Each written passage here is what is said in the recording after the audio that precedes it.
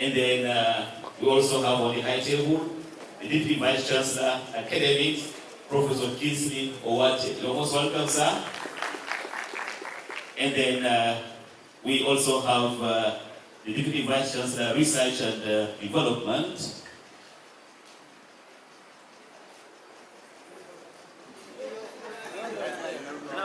They mix up the names here.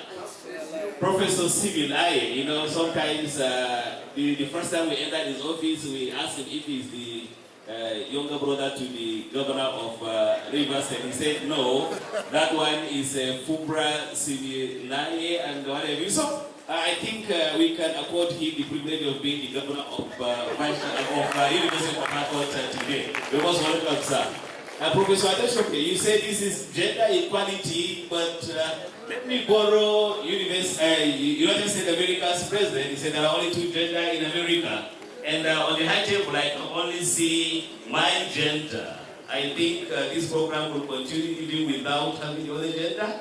Okay, let's populate the high table.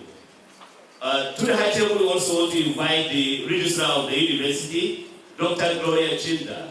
A round of applause to Dr. Gloria Chinda. Okay, she's on her way. We also have to the high table the University Librarian, Professor Helen Emesiono. Professor Helen? Okay, the women gender, they have a lot to do. So first of all, they have to take care of the home front before coming over here. We'll wait for them. We have the University Librarian, Dr. G.W. Oba. University Librarian, to the high table, please. Oh, Bosa. What's wrong with my eye this morning? Permit me to make the mistakes. I'm on 100 days program. I think. All right, I'm sorry. Okay, I think I want to start balancing the equation now. To the high table, I want us to put our hands together with all our strength to invite the Okwa President, Professor Udeme George. To the high table, man. We are doing gender equality. The equation is not yet balanced by business, sir. All right, okay, thank you very much. All right, also want to invite our keynote speaker in the person of Barrister Evelyn Asidia. Barrister Evelyn Asidia Membere. Okay, the keynote speaker is on the way. Also want to invite to the high table the Provost College of Health Sciences. Provost College of Health Sciences for representative. Okay, it's on the way. She's on the way. Oh, she's on the way. You know, my visits I've been away from the university for over a year now, so I have lost touch. Oh, thank you very much. I welcome back. All right. The Dean School of Graduate Studies is on the way. Then Dean Faculty of Agriculture, Professor Udensi, I assume is also on the way. And then Dean Faculty of Social Sciences, Professor Johnson Na. All right. That's the registrar. You're welcome, ma. You're welcome, ma. Then Dean Faculty of Media Studies. Dean Faculty of Media Studies. You're welcome, sir.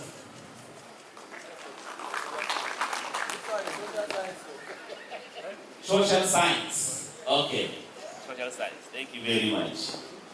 As they come, we will keep recognizing them and then we'll continue. I know we have a very important program later in the day, and we want to keep these wonderful people waiting, and so we want to continue with the program.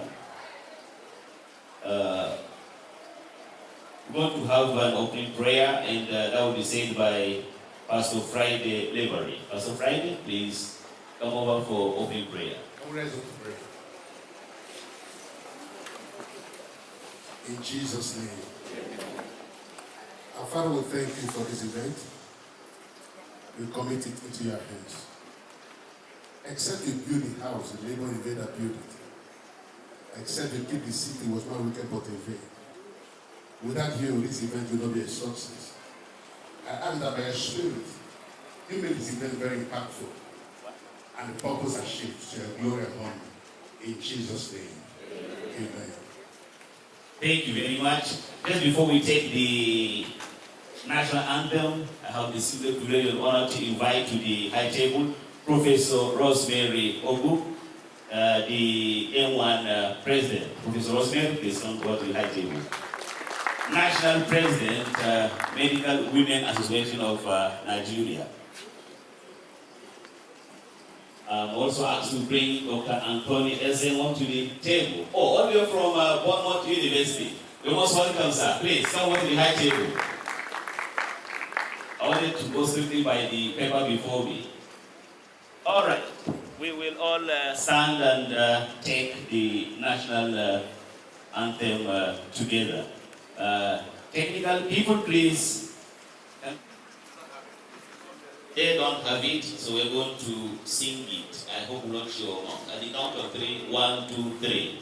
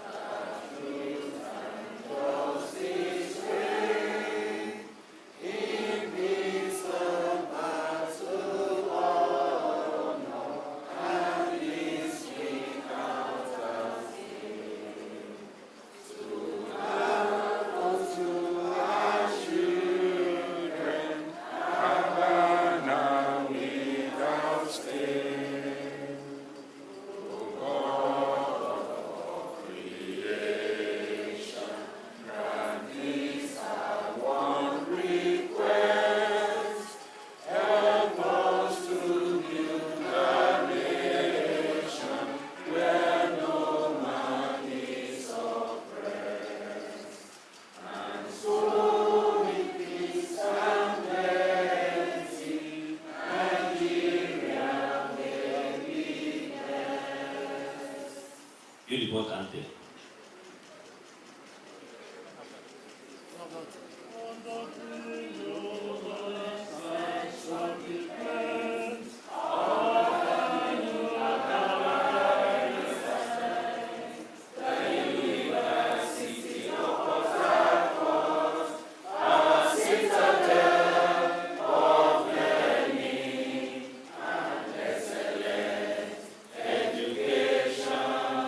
Our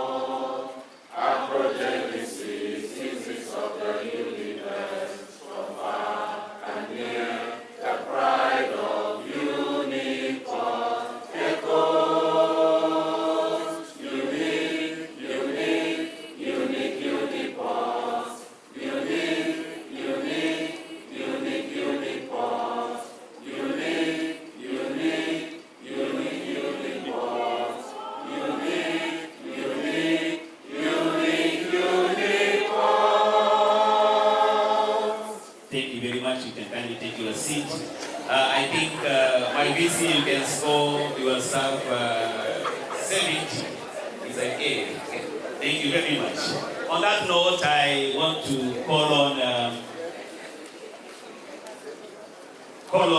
Professor Wema Deshope, the project manager of this wonderful program, Gender Equality Policy Project Launch, to give us an overview of the GEPP, its background, aims, and expected outcomes. Professor? Deputy Vice Chancellor Academics, the Deputy Vice Chancellor Research and Development, the Registrar of the University, partners from Belmont University, United Kingdom, Dean of Faculty here present, in Social Sciences, the President of OPWA, who refused to come to ITB when called,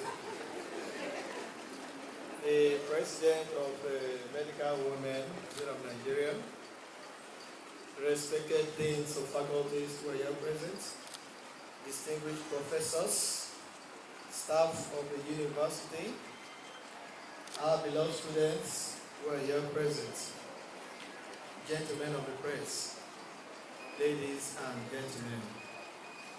It is with utmost pleasure that I welcome all of you, all stakeholders, to this very, very great event.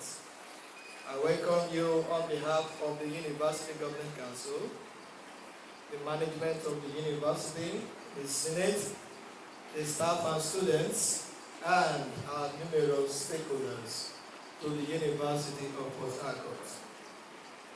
Ladies and gentlemen, today is very unique for us. It is a day we have set aside as part of our collaboration with our sister university from the United Kingdom to launch a project that is there in the hearts of all of us. But I want to make just one clarification. The University of Port Harcourt has always operated on gender equality. This is an improvement on what we are doing here. We have never been unmindful of gender in this university. Yes, we have never been. It's part and parcel of us. But I think we want to take it a step further. And that's why we are launching this project. I say so because if you look at the University of Port Harcourt, I can go on to name portfolios where the gender equality is displayed. I can mention them only in the management. I have the registrar, madam. The registrar is a madam. The university librarian is a madam. If you go to the directorates, if I want to call all the directors that are female here now, we will not go again. So that is to say that we are taking time to ensure that in this university, gender equality is something we can boast of, we can be proud of. But we still accepted this collaboration because we felt that there is nothing you are doing that cannot be improved on. There's nothing that cannot be improved on. And so today we want to launch this project. And that is to say that the University of Port Harcourt is very committed to a university where everybody will rise to their full potential, irrespective of the gender. It doesn't matter whether you're a man or whether you're a woman. The important thing is that if you have the quality, if you have what it takes to get to that point of merit, you will get there. Can I have some clap for the women?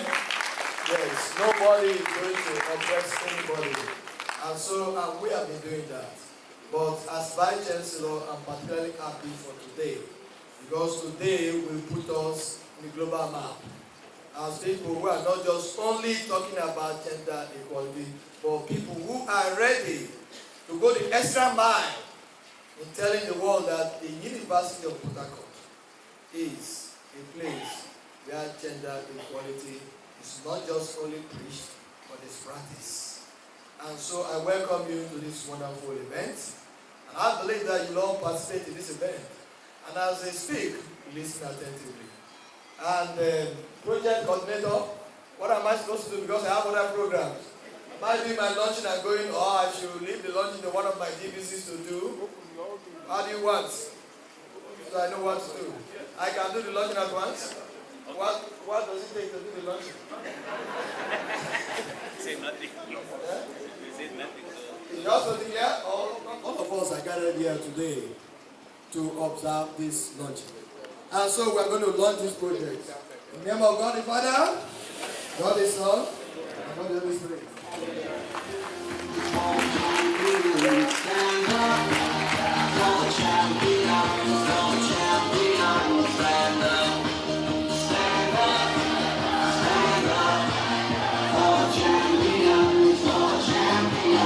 Okay, gender equality policy.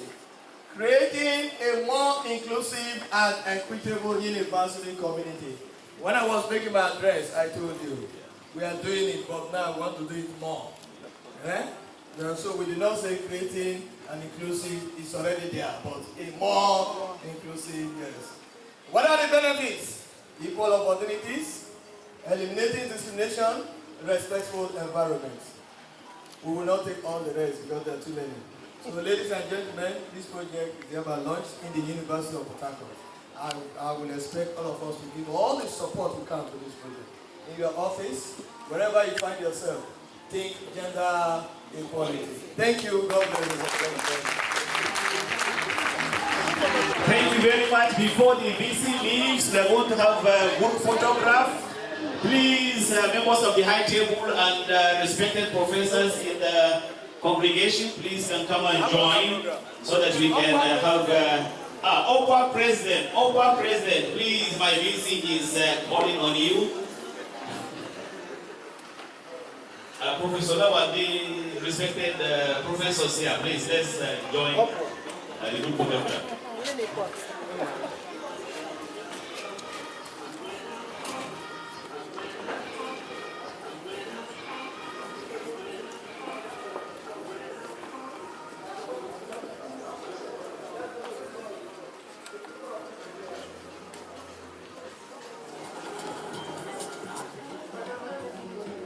All right, thank you, ladies and gentlemen, for that wonderful unveiling program and group photograph.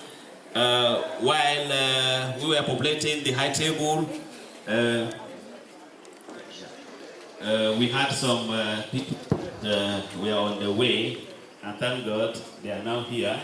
So I will invite them to the high table. I have the singular privilege and honor to invite the keynote speaker, Barrister Evelyn Asimie Membere. Your hands together, please, Barrister Evelyn Asimie. The Dean Faculty of Agriculture, Professor Udensi Udensi, to the high table, please.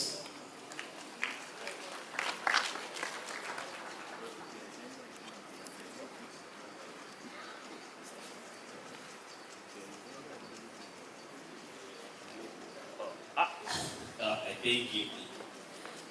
All right. Thank you, University of Port Harcourt, for being gender balance. In the maybe the mind of my former vice president said the women belong to the other room. But today, the women are not in the other room, but they are right on the high table. So on that note, I'm going to invite the program manager, Professor Wema Deshope, to give us an overview of Gender Equality Policy Project Launch, its background, aims, and expected outcomes. Ladies and gentlemen, put your hands together as you can go on and put your hands together.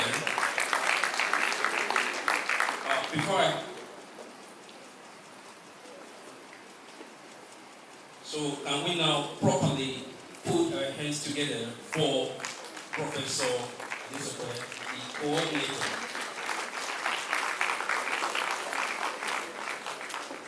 Good morning, everybody.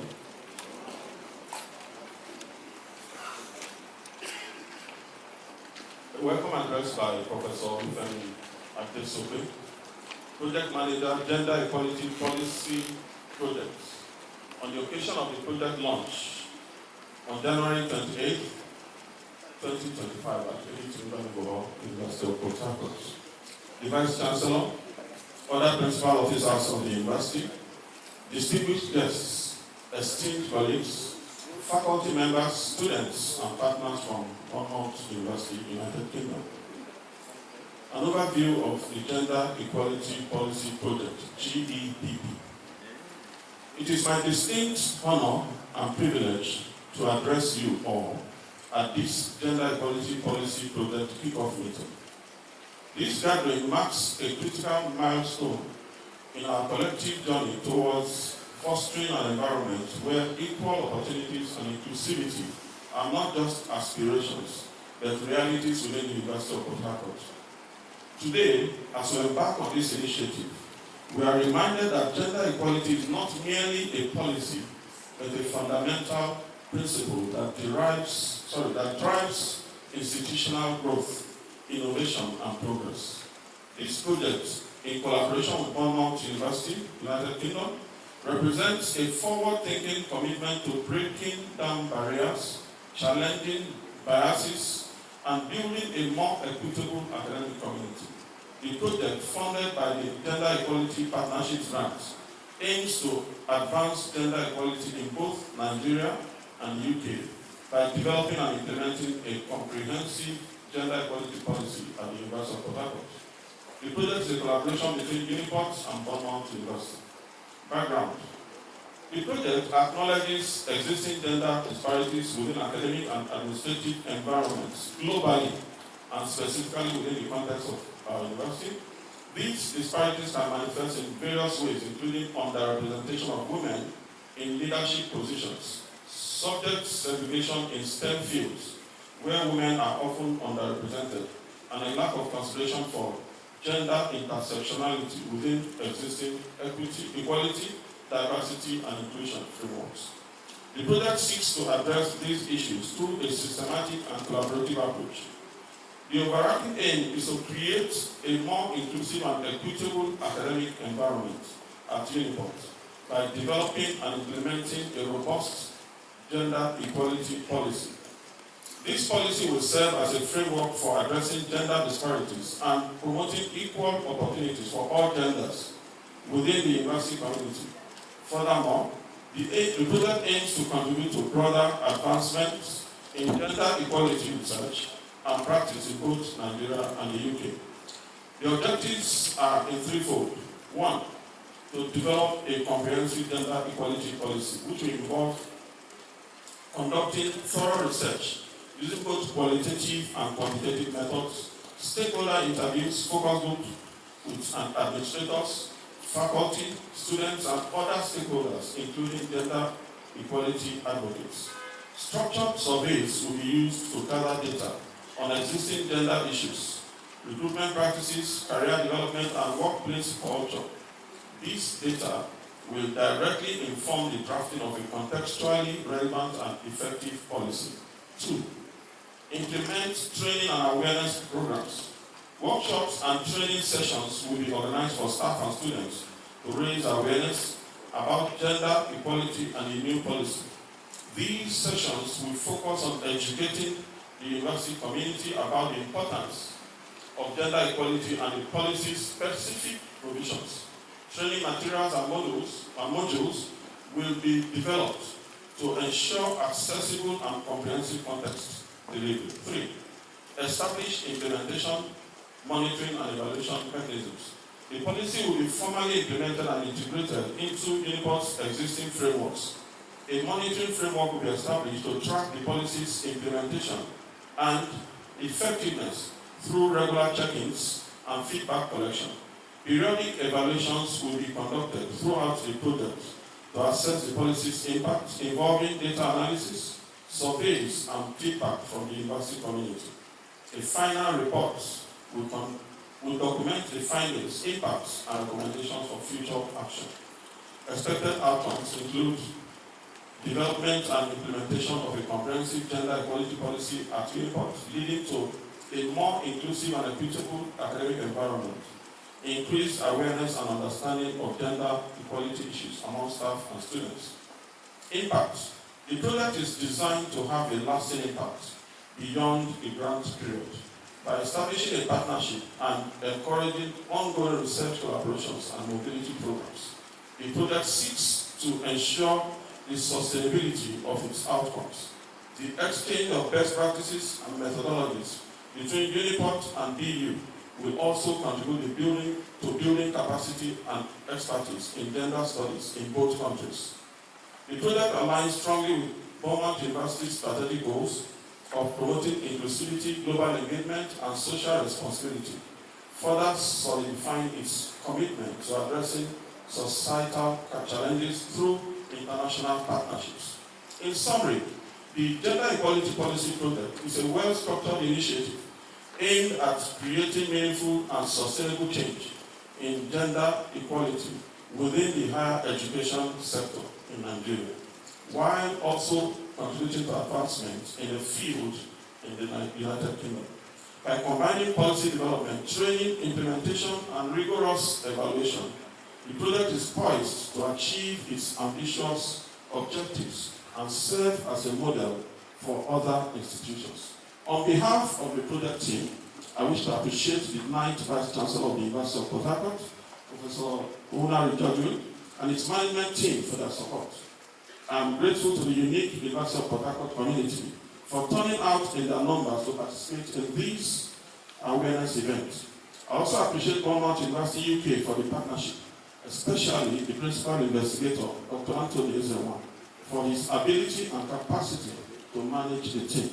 We look forward to more partnerships. And finally, I'm grateful to the British Council UK for funding this initiative. Thank you very much. Let's clap as if we are clapping for the project manager. Thank you.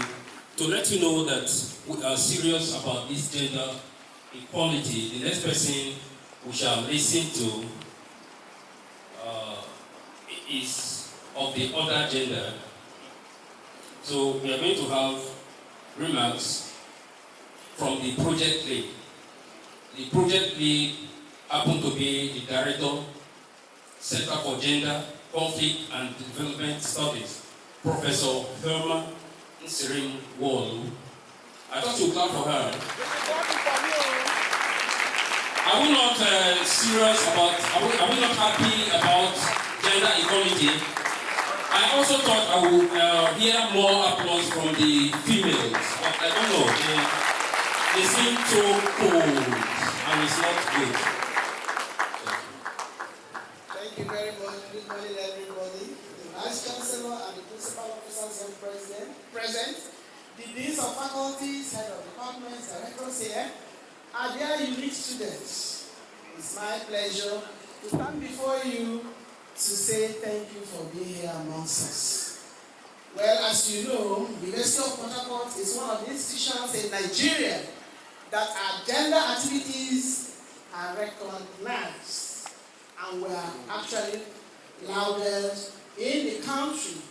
In fact, the whole of 2024, we had activities on sexual harassment all over Nigeria, and our center representing the university was one of the pilot institutions, and the project is still ongoing. The final report will soon be out. But however, today's project is part of gender policy. And what we are doing here is to let you know how important gender matters are globally. Now, this project, Gender Equality Project, program that's ongoing today, is a project that University of Port Harcourt is collaborating with Beaumont University, United Kingdom. And British Council, knowing how important the activity of gender and the impact of gender activities affecting humanity, graciously sponsored this project. Well, like the MC was saying, while they were not clapping for the woman, that the women are cold. No. We, in the Center for Gender, we are conscious of what we say. Now, gender is a concept that has been defined by different people, and there's a lot of misconception attached to it. And we try to ensure that we remove that misconception. When we talk about gender, we're not talking about women. Please note. We are not talking about women. We are talking about humanity.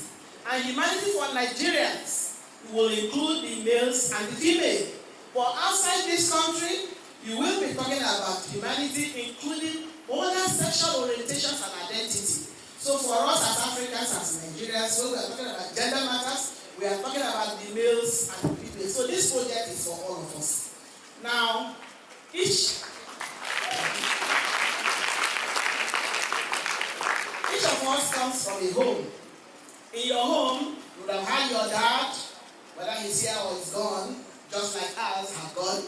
Or your mom is here or she's gone. You have your sisters, you have your brothers. Now, what matters to us as Gender Center is, in our society, especially in Nigeria, there are a lot of conflict associated with gender matters. And we try to ensure that we enlighten and educate to remove all those contending issues as to bring about improvement in the living standard of everybody, and that's our development. And that's what our center stands for. Center for Gender, Conflict and Development Studies. So we resolve all conflicts, all misunderstandings, and then we all live happily as a family. Therefore, for today's project, we are telling you that in University of Port Harcourt, you are recognized.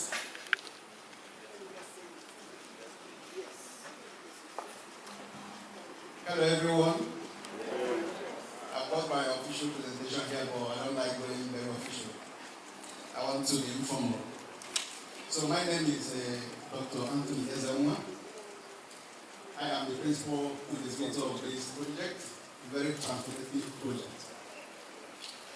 I want to thank University of Port Harcourt for initiating this project. Our own lovely Professor Adosel. Okay, I know him as Professor Ade. Let me just stop it there. Yeah. So he contacted me about this project and also gave me the grant link to pursue this project. Because he's someone that has been mentoring me for several years. I left every other thing I was doing and initiated the application process. So I am here today because the initiative was brought to me, which our Vice Chancellor has already pronounced, but in collaboration with Bournemouth University, who gave us the audience to support the application process. Because it takes a lot of considerations to allow us to make an application under a particular institution like Bournemouth University. They need to approve it, support it, provide every facility, or even guarantee the application process to ensure that the application goes well. So I'm also thanking Bournemouth University for providing the opportunity that led us to this point today. So as most of us have already narrated, gender equality policy project which we are currently doing is not new. But we want to take it further. The further we are going is to ensure or to explore how much we can take advantage of gender equality in the area of transformation, innovation, excellence, and building more community within our university environment where everyone would have opportunity to thrive and succeed. Today we are collaborating with the University of Port Harcourt. One might be asking, what's the essence of collaboration? Why you can quickly get their policy developed and probably approved and implemented. Then why are we collaborating with you? I want us to probably look at it from this perspective. Why we are collaborating with you is to probably join hands together to ensure that the benefits that are associated with this transformative project are realized. It is not ending with probably ensuring that there is equality in gender around student admission, staffing. We are also looking at how much are we going to benefit from the collaboration that Bournemouth University is having with the University of Port Harcourt today. As we all know, I'm a Nigerian. I had my first degree at Federal University of Technology, Owerri, my second degree at the same university, and my PhD at Institute for Transport Studies, University of Leeds. So what are we saying, or what are we doing here? What we are trying to do here is to explore other opportunities that could benefit us as the Nigerians while the collaboration lasts. Since yesterday, I have been engaging different units of the university to seek other ways we can collaborate. And we can only achieve that when we see the benefits around the gender equality policy project we are trying to develop, or we are trying to improve. Because when that is done, we will have more opportunity to take advantage of every other aspect of the collaboration which we are initiating today. So, in conclusion, I want to conclude by beckoning all of us to actually embrace this project, put it into practice. It is, make it a lifestyle. Within the premise that we are all equal, and we have got every opportunity like, we have got every opportunity like either male or female to thrive and succeed. With the collaboration framework, I want to make it clear here that University of Port Harcourt would have more opportunity than it used to be. Economics and Management, University of Port Harcourt. Professor Ama, please. Professor Ama is not around. Okay, we will call on Professor Unari Jodwin, the President, University of Port Harcourt Women Association. Professor Unari Jodwin.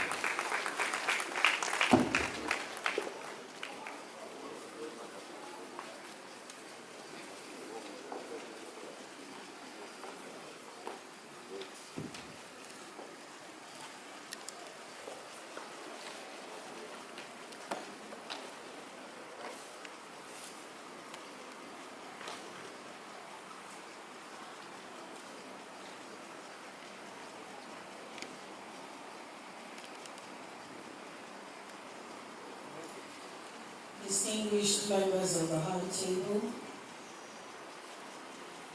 invited guests, good morning, everybody.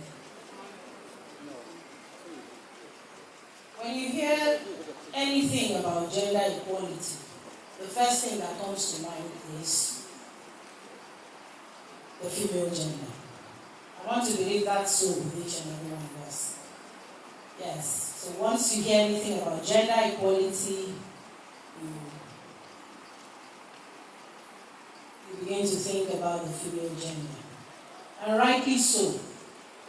I want to say that, yes, over the years, there have been a lot of fights and a lot of activism for the female gender. And yes, a lot of ground has been achieved, but there's still quite a lot to be done. And so, as an association, I represent the University of Port Harcourt Women Association, which has all women from all walks of life as members of that association. I want to believe that this project will specifically target us and that the outcomes will be beneficial to us as an institution. Is this working now? Right? So when we have our gender disparities, We have them in the educational sector, yes, especially with respect to STEM. Few girls, very few girls venture into science, technology, engineering, mathematics, and other gender-biased fields. Of course, the reasons we know. We also know there's limited representation in leadership, and this is actually social and cultural. I was having a discussion with a team yesterday, and yes, we agree that most of our female students are high flyers in secondary school. They go on to university, they're the best graduating students. But once they finish, they go into family life and they disappear from the scene. You don't see them anymore. And then the men take over. So what happens to us? It's actually social and cultural. Believe it or not, more women have limited access to healthcare. And this is primarily because of resources. We are poor in the resource settings. Economically, yes, it may not be here, but in some settings, there actually is a gender pay gap, and we have those issues. So, as an association, we're asking that these are some of the issues we want this policy to address.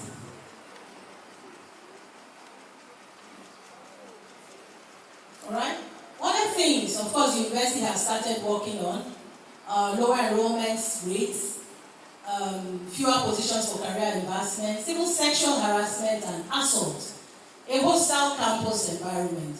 How about those of our women, or even other, generally amongst us as humanity with disabilities? How many of our buildings, for example, will allow you access to those buildings? Do we have public restroom facilities for this set of people? So things like these are some of the things we hope this policy will address. What is the way forward? We're hoping that you will develop and implement policies and procedures that will promote actual gender equality. That this project will bring about policies that will provide training and retraining and education on gender disparities, bias, and inclusivity. We're hoping that you will offer us support services and resources in childcare, healthcare, and counseling. Our women will continue to be caregivers. We don't want to lose out because we have to take a break to rear homes. We also hope that this project will provide mentorship and networking opportunities for our students. We also believe that this project will bring about a collection and analysis of data on gender disparities to inform the policies and inform decision making. So we thank our collaborators from the Bournemouth University, and we hope that this project will provide an opportunity to address systemic barriers to gender equality in higher education and close critical gaps in leadership and STEM enrollment while fostering a more inclusive and equitable environment. On that note, I want to say that OPWA will lend all of our support to ensure that your project and that the policy comes to say, as it will help us as well to achieve our vision. Thank you. Thank you very much, Opo President, for that exciting and wonderful good essay. You can agree with me that the conference is working, and they are doing everything possible to defy the former president. The ladies, women, belong to the other room. Today, they are all over the rooms. All right, we are making progress, I guess. If you are with the program of event, you will understand that we've done several, and we are making much progress. Today, this time we're going to have a presentation by the Bournemouth University team on gender equality and higher education, a UK perspective. A UK perspective. It's going to be either a virtual or she is going to talk on breaking barriers, building bridges, confronting challenges, and fostering gender equality in higher education and society. Ladies and gentlemen, put your hands together as I call to the podium Barrister Evelyn Senior Member. Barrister Evelyn.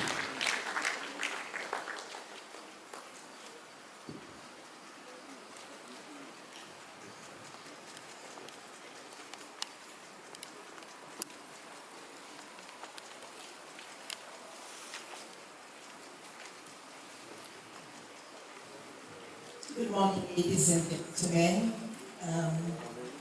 I didn't really meet the protocols when we established, but I do know that we have members of the management team of the university here acknowledge your presence. All the invited guests, participants, great students of Unipod. It's indeed my honor and privilege to stand before you today at this launch of the Gender Equality Policy Project, a collaborative of Vermont University and our own great University of Port Harcourt. Indeed, this initiative represents not just a partnership between two educational institutions, but a collective commitment to transformative mission, breaking barriers and building bridges towards gender equality within our classrooms and our broader landscape. Thank you so much for having me. Before I delve into today's discussion, I'd like to express my gratitude to the organizers, especially Professor Omar Nsirim-Walu, the team lead, for having me, and all the coordinators of this project. Indeed, the passion, the resilience of this team is going to help us fuel an equitable future for our country and not just the community. Today, we will be addressing a very significant and transformative issue: gender equality in higher education and within the society at large. This matter is not only that which will affect our academic community, but it indeed has profound implications for a broader global community. In recent years, we have observed noteworthy progress in the pursuit of gender equality. An increasing number of women are enrolling in higher education institutions and excelling in once male-dominated fields. Nevertheless, we must acknowledge the uncomfortable reality that barriers do persist. Barriers do not only impede our individual potential, but they indeed hinder our collective advancement as a society. It is therefore necessary for me to begin this discussion by identifying what is gender.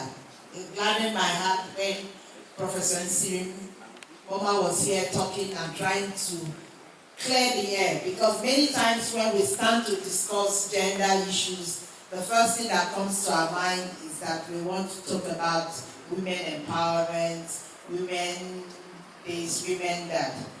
But it's necessary for us to identify the concept of gender.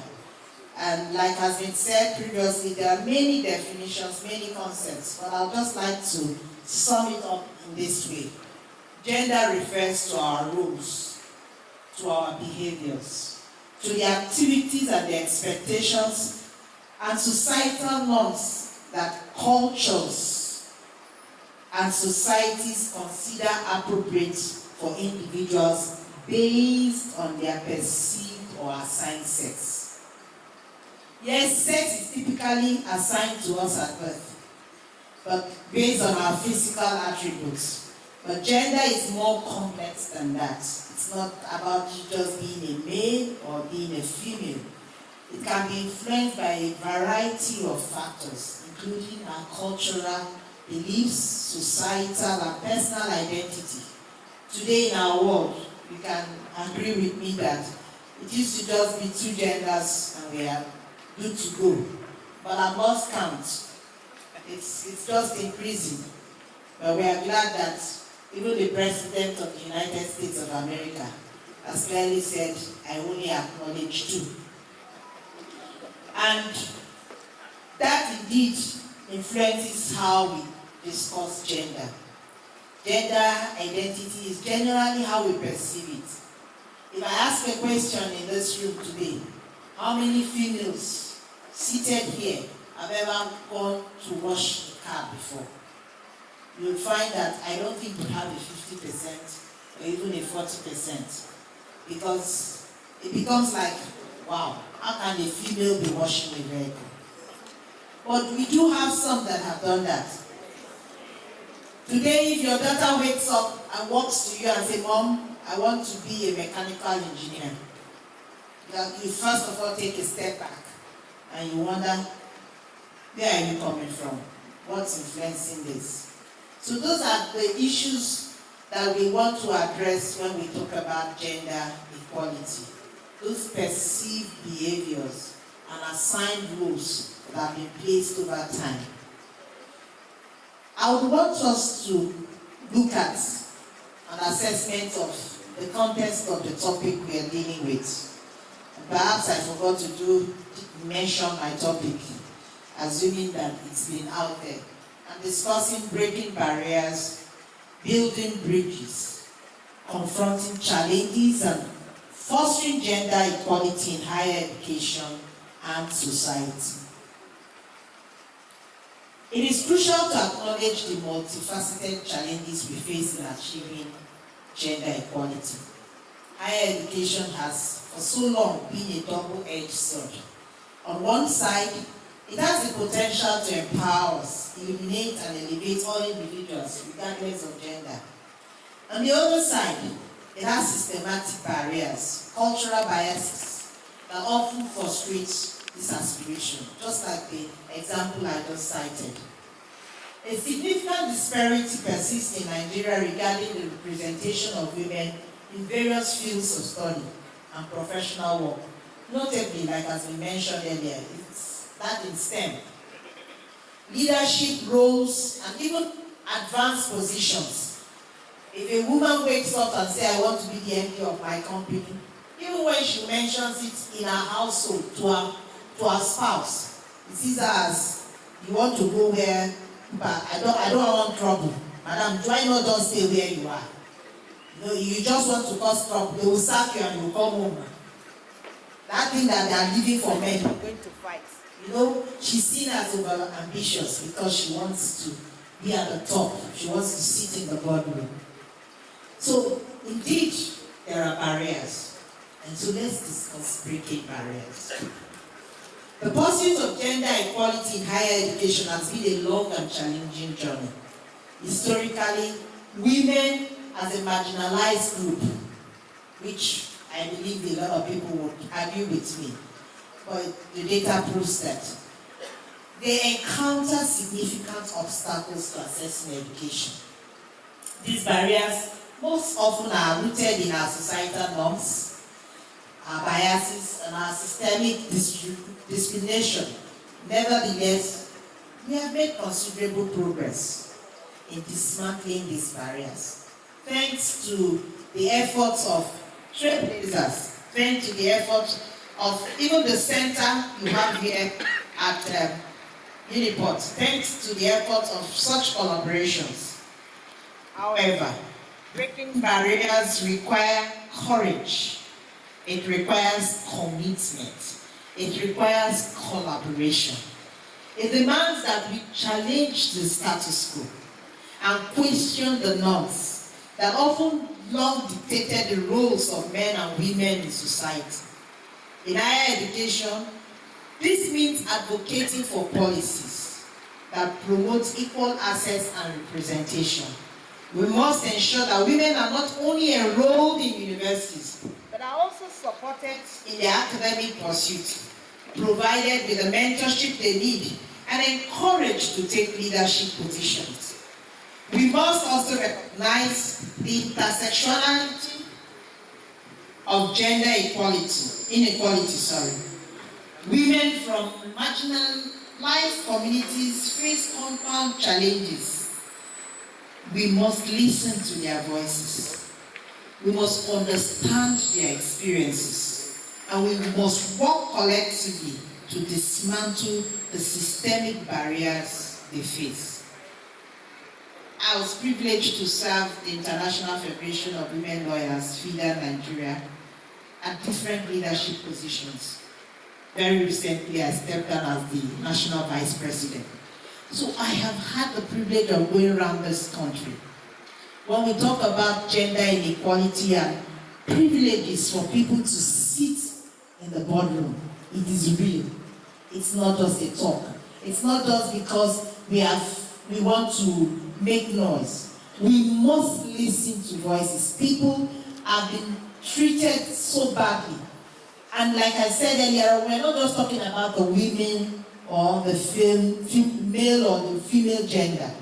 We have places in this country where even as a man, you cannot afford to think of sitting at the top. Because you are from a community, a minority community, you are from a background. So when we talk about gender equality, it spans both male, female, or whatever you think you are again. So how do we confront these challenges? How do we break down the barriers? And I identified 3 basic ways. The first I identified is empowerment through education. Education is indeed a powerful equalizer, and we are in an educational community. We must ensure that women and girls, boys, men, have access to quality education and mentorship program. I like to emphasize mentorship program. We must ensure that we break every professional and academic ceiling. Like this project, the GET project, that has provided the resources to develop a less in Uganda. The third approach I have identified here is policy development and implementation. I'm glad that that's already on the front burner. We must not only be seen to develop a policy, we must also put together structures and facilities that will aid its effective implementation. Just before I came here, one of the reasons why I came in a bit late was that I had to attend to a radio talk this morning, and the presenter asked me a question. He said, how has the child's right law helped the issue of all the menace we're hearing against our children? And I said to him, the audience, I said, I will, and I will continually be glad about the enactment of the Child's Rights Act. And then in our various states, it's called the law. But I cannot stand before anybody and say it's a 50% success because of the challenges of implementing the law. A beautiful law has been put together, beautifully couched. All of the institutions and structures have been identified. But how far have indeed the persons, the executive that are supposed to ensure its implementation, driven by these institutions? When you talk to the police, we had to go around discussing with even the IG. We approached the IG through FIDA, and he said to us, we don't have the funds. The law says that for every police station, they should have a gender desk. How many police stations in Nigeria have a gender desk? Then the next issue is for those that have the gender desk, who is manning the desk? Is he a trained personnel? Or somebody that you walk up to and say, my daughter was raped, they ask you, what was she wearing? Where did she go? Why did she go there? Those are the first questions you put before somebody in that state. Somebody already disoriented.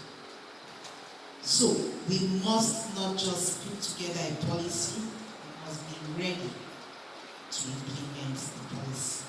Building bridges is the next point I want to discuss. While breaking barriers is essential, building bridges is also equally important. We must foster collaborations among among sectors. We must not limit ourselves to just the academia. We must look at the government, civil societies, private sectors. By working together, we can create a comprehensive approach to gender equality that encompasses both education, health, economic empowerment, and social justice. I was glad when our mother, the head of the women body, was approaching and discussing under these headings. Establishing effective connections necessitates collaboration, empathy, and a steadfast commitment. This process begins with acknowledging the significance of the diverse. Thank you. So, economic abuse is now a crime. You're sentenced to prison. You need to see how the eyes of some of our traditional rulers popped out. I was holding the mic and I was facing them, so I saw their reaction. I was like, so when it came to question and answer session, one couldn't hold back. He's a king, and he put up his hand, not minding his status. And he said, as a king, if I say my wife should not go out and do anything, say I'm committing crime. I say, yes, sir, until she does it at willingly, consensual, you cannot force her. He said, you will arrest me. I say, yes, Your Majesty. I will humbly arrest you and arraign you. He said, Madam, don't teach this thing out again. It will cause trouble. And you know, in the reactions in the room, some persons stood up and confessed their wives were highly placed, well-schooled, well-trained. And then you just send her to the kitchen. Out of selfish reasons. Because honestly, when we ask the question, why? You know, I'm protecting her, I don't want to expose her, men are vultures, you know. Are you saying I married a vulture? Because when you say men are vultures, everybody's included. So, it is now in the law. Beautifully in the law. Verbal abuse is now in the law. But I tell women, it is two-way. The law says against persons, it didn't say against women. So the man is included. When you verbally abuse your husband, the law says in a way that will bring him down, make him feel anything less. So, I don't know if we have psychologists in the room. The determination of me feeling less is not on you, it's me, it's my feeling. So if the man chooses to feel less by reason of you telling him what kind of stupid man are you, dear sister, you've committed a crime. I don't have much time, I have to rush. So when we talk about building bridges, I'm saying that we need to develop especially schemes of mentorship. I can tell you I'm a product of mentorship, and I strongly believe in it. I also listed here ways of building bridges. And the first I identified is community engagement. Second, global partnership like we're enjoying today. Inclusion of diverse perspectives in our discussions. Challenging stereotypes. Promoting representation. Let's have equal representation. I worked in the legal drafting department for a while. I was just recently appointed Director, Office of Public Defender of Rivers State. Thank you so much. So while in that department, we did everything to ensure that for every law, when we are constituting boards and committees for the state, we must have equal representation, diverse representation. Everybody has a voice. Safe spaces for our women and girls. Those are ways of building bridges. Finally, I want to discuss confronting challenges. Challenges are real. We must first acknowledge they do exist, understand their roots, and then confront them. We must know that they are intertwined in our race, in our class, in our sexual orientation. The thinking of a man is not the thinking of a woman in many things, in many aspects. So we must indeed understand and appreciate it. How do we confront challenges in our higher education? Educational institutions play a critical role in shaping our societal attitudes towards gender. By integrating gender equality into our curriculum and fostering an inclusive campus culture, we can create a generation of individuals who are not only aware of gender issues, but are also equipped to address them. One of the primary challenges in achieving gender equality in higher education lies in addressing cultural norms and stereotypes, and we must address them in our curriculum. The issue of allowing every gender get into the fields of science, technology, engineering, and mathematics is key to achieving gender equality. We must also develop and present before everyone role models, mentors. I would keep emphasizing mentorship. We must look at fostering gender equality and note that this is an ongoing commitment. It won't happen in a day. It won't happen in a week. Whenever I have an opportunity, especially talking to legal minds, I tell them, you don't need new laws. You just need implementation of the existing laws. Very recently, the Rivers State government wanted to do an appraisal of the laws we have. And it blew our mind, even as lawyers, the number of laws we have. If you know them, you would know that even you're sitting down, there's a law book guiding how you will sit down. That's how far they went. But who even knows them? The lawyer does not even know them.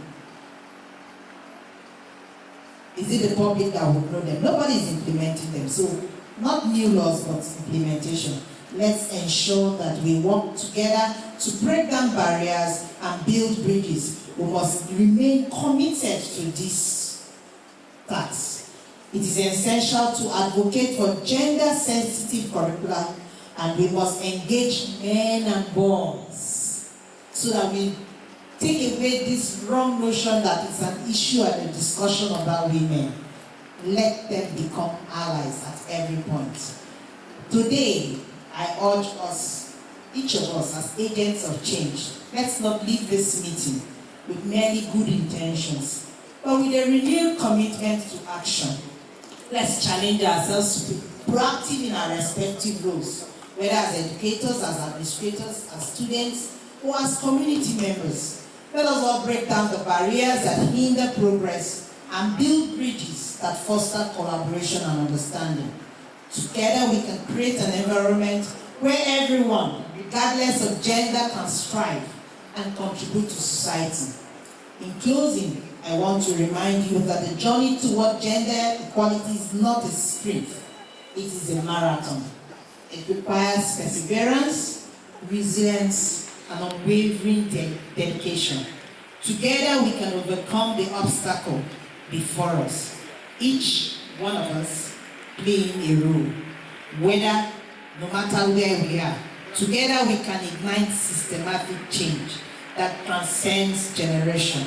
Let's seize this moment to inspire action, foster resilience, and champion a future where gender equality is not just a dream, but a reality.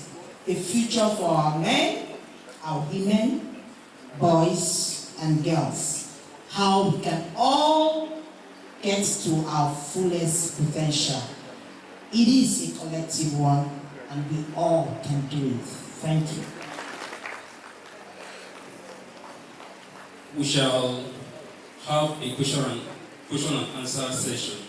But before then, I have the honor of inviting to the microphone the Director of Graduate School of Economics and Management, Professor Edwina Ama, for her goodwill message. After which, we shall go straight to the question and answer session. Good afternoon, everyone. Dear esteemed partners, dignitaries, and all stakeholders here, I am opportune to be here to give this warmest congratulations to the University of Port Harcourt and Bournemouth University, United Kingdom, for this collaboration to start this program, Gender Equality Policy Project. This groundbreaking initiative is a testament to show that these two universities are committed to promoting gender equality and empowering individuals to reach their potentials. And I'm so proud of that. The pursuit of gender equality is a fundamental human right and a cornerstone of sustainable development. By launching this project, you are not only advancing the cause of gender equality, but also contributing to the creation of a more just and equitable society. I applaud the University of Port Harcourt and Bournemouth University for this visionary leadership and collaborative spirit. Your efforts will undoubtedly inspire and motivate others to join the quest for gender equality.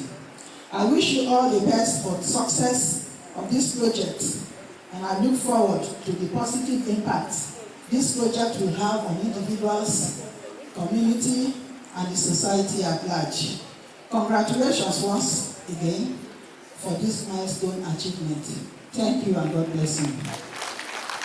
Thank you.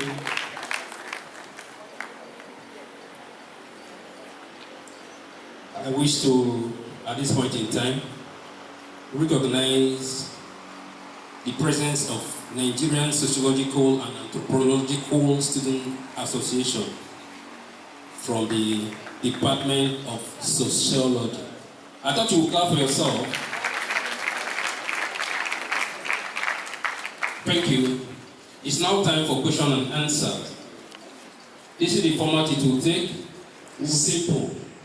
If you have a more complex question to ask, we will encourage you to take either PGD, MSc, or PhD from the Gender Studies Center. But if you have very simple question, the curriculum we have here can actually accommodate that. I'm already seeing hands, so I'm going to invite them. So let me start with Professor Glory Amadi. My question is very simple. Over the years, the advocacy on gender equality or equity, even though presenters try to balance it by saying it is not all about women, oppression and all that, but when you listen to them attentively, you will see that that bias is still there. Now, over the years, emphasis has been on how to liberate the girl child, how to help the woman. But today, don't you think that the trend has changed? The vulnerable group now are the male child, the children.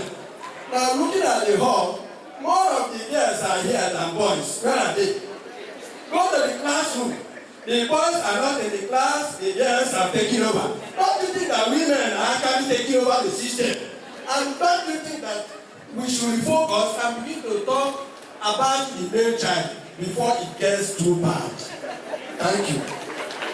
Thank you. Are you taking the questions? Okay, the next. Good morning, everyone. I'm Professor Esther Foxy from the Department of Curriculum Studies and Educational Technology. My question is, with these policy projects, will there be an adjustment for promotion policy between the males and females in the University of Port Harcourt? Because we know that the women have to go through childbearing, they have to go through maternity leave, and yet by giving exactly the same number of years and qualifications for promotion. So what can be done about that? Thank you.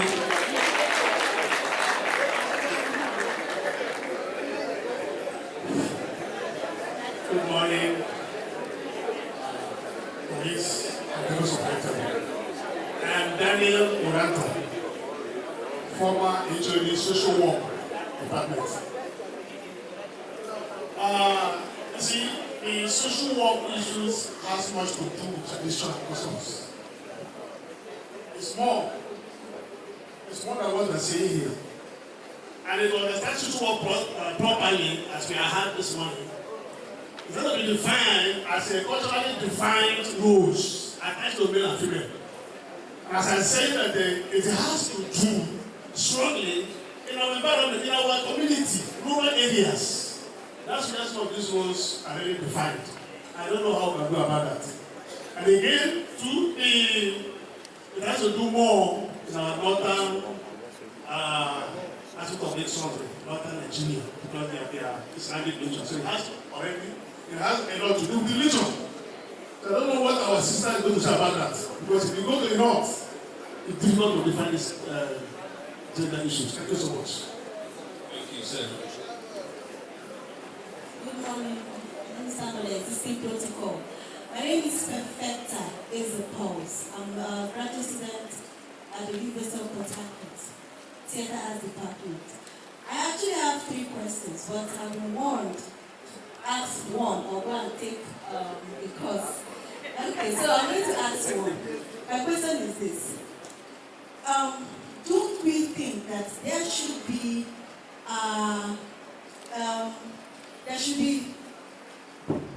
we should have a check between when we talk about gender equality, considering the fact that there are gender differences, biological differences between the male and the female. So there should also be a check between what a woman should do, not what can do, what she should do and what a man should do. So I don't know how we can do that, considering the fact that biology has made us different. Thank you. And this is the very last. Greetings all. My name is Sam Wala. I'm a PhD student here at Tim Ahmed Media Studies Department. Particularly my question is regarding culture. Beyond academics, do we see this gender projects dive down to our cultural settings where in different states, beyond the AZs and works that we have, having females also take up leadership positions and having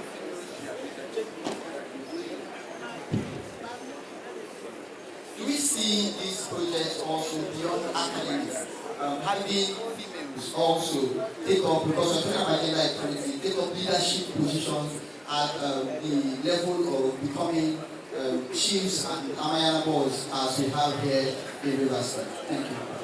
Thank you.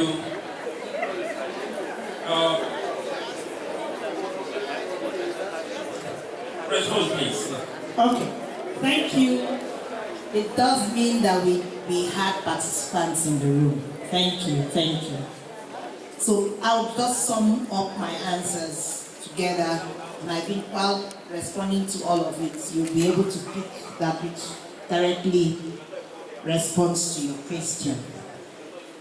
Do we have female traditional rulers in Rivers State today? Yes, we do. The biases are being broken. The stereotypes are being broken. This is another privilege. This project is another avenue. If we do influence the academic community, we would influence the larger society. So there is progress. Like I said in my closing remark, it's not a sprint, it's a marathon. I pass on to you, you pass on to the next person. Before you know it, that community I coordinate, it's made up of almost 7 traditional rulers. And they didn't pick just traditional rulers, they picked kings, so that it will be a very influential committee. The committee is actually chaired by the chairman of the Traditional Rulers Council of Rivers State. Of course, by his position, you know he won't be there. So I'm coordinating, he's the ceremonial chairman. So that's how far we are pushing to change the narrative. We are talking about female domination in our classrooms. Permit me to say hallelujah. Let it be so. May it be that it is in real terms dominating the classroom. I had the privilege of speaking to female students. It wasn't a gathering of female students, law students of the Rivers State University. We were talking about mentorship. When we go to the question and answer session, most of the females, one person has asked to tell you was a burning issue in their mind. The next person asked, we have 3 persons asking the same question. And you know what the question is? What's the need?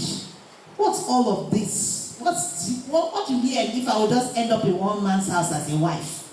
I really don't see any reason. I'm just here. My CGPA is highest. My classmates will be surprised. I'm topping my class, but I know it will end here.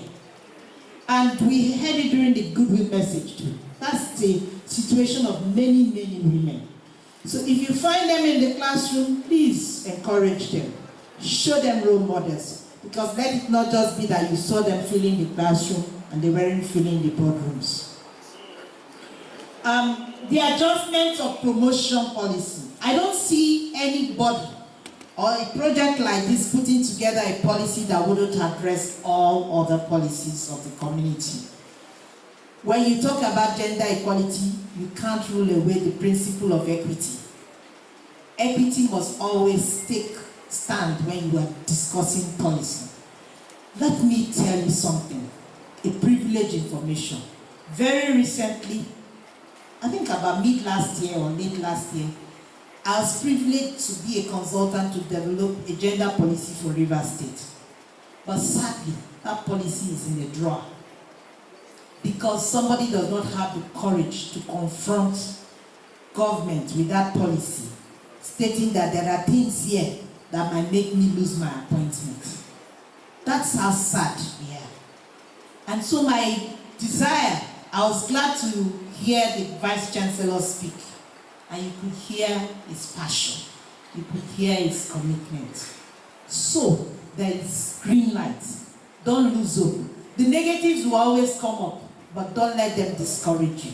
This is going to take courage, it's going to take commitment. There's no way a policy on gender equality is going to be drawn up that wouldn't reflect in every other policy that's already existed in the university community. How do we influence the roles assigned by our culture? I did address that, but I thought we talked about the society, and I acknowledge that our culture plays a very, very significant role. Those are stereotypes, those are the biases we are talking about. We are here to challenge it from this community. As you're discussing, there's another body discussing, there's another group discussing, there's another organization discussing. Sometimes a full week I have to speak at like 3-4 meetings, and the discussion is on. Are we giving up? No. We will continue to have the discussion. We're changing policies, we are drafting policies, we are changing laws. Laws are there to help us drive these things legally. So sometimes I encourage people, go beyond just the policy, draft a law for your community. Gender equality must embrace equity. There's no way I know that I cannot lift this, and because I want to go into the field of STEM, I go and do a profession that anytime I lift a particular thing, my womb moves or shifts. So it's not the same thing with the other female. If we come here now and generalize it and say, no, stop every woman from going to this field, that's not fairness, that's not justice, that's not equity. Because what I can do, you may not do. Sometimes people ask me, how do you cope? The number of jobs, the number of things I can do, the number of things I can write. Yesterday, what time did I sleep? I had a consultation with the Bayelsa government to draft a youth policy for them. So I had a timeline. I'm going to deliver a paper here. I went to this thing. I have that capacity to juggle 3-4 things, and I'm doing it. I don't expect Madam B to do the same thing. If she says she can't, it doesn't mean she's anything less. It's her own capacity. But I don't agree that we should stay here in this room or at any place to say women should not do this. Women should do this. Men should not do this. Have you seen beautiful or great cooks that are male?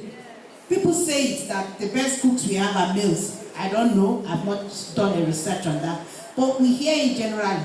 Have you seen men that can make you up so beautifully, better than female? They make hair. So what role do you want to play? That's what we're discussing.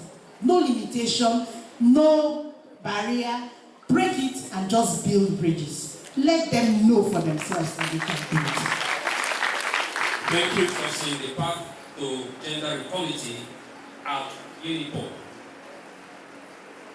The panelists are, as I call you, you join us on the podium. There are seats. There are some seats we have added to the ones here already. Professor O. Lawal, Professor D. Bade, Dr. Ugochi Okengo, Dr. Clara Ifeanyi Obi, Almog Young Annie, Bernard Chukwu, Chigonum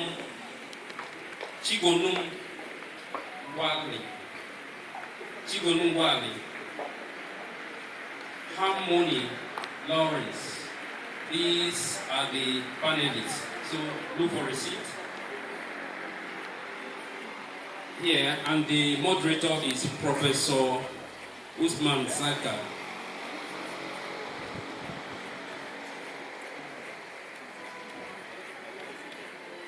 Professor Zaka, over to you. Okay.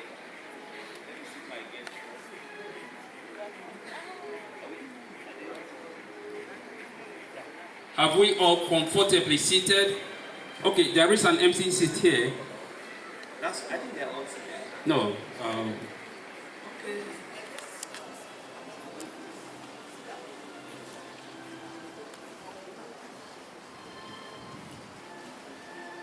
Thank you very much. I think we are making much progress. Mr. Bernard, 45 minutes to juggle this session. My questions will span administration, general gender and what have you, and so on and so forth. On a lighter note,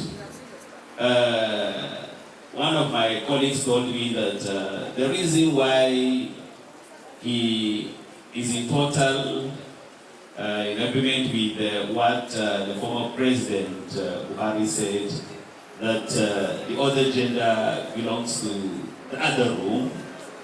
He said because so that we can reduce carbon dioxide. I said, carbon dioxide. He said, now. It means those that are born outside born in the car and they die outside the car. Carbon dioxide. They are born in the car and they die outside the car. And we don't like that.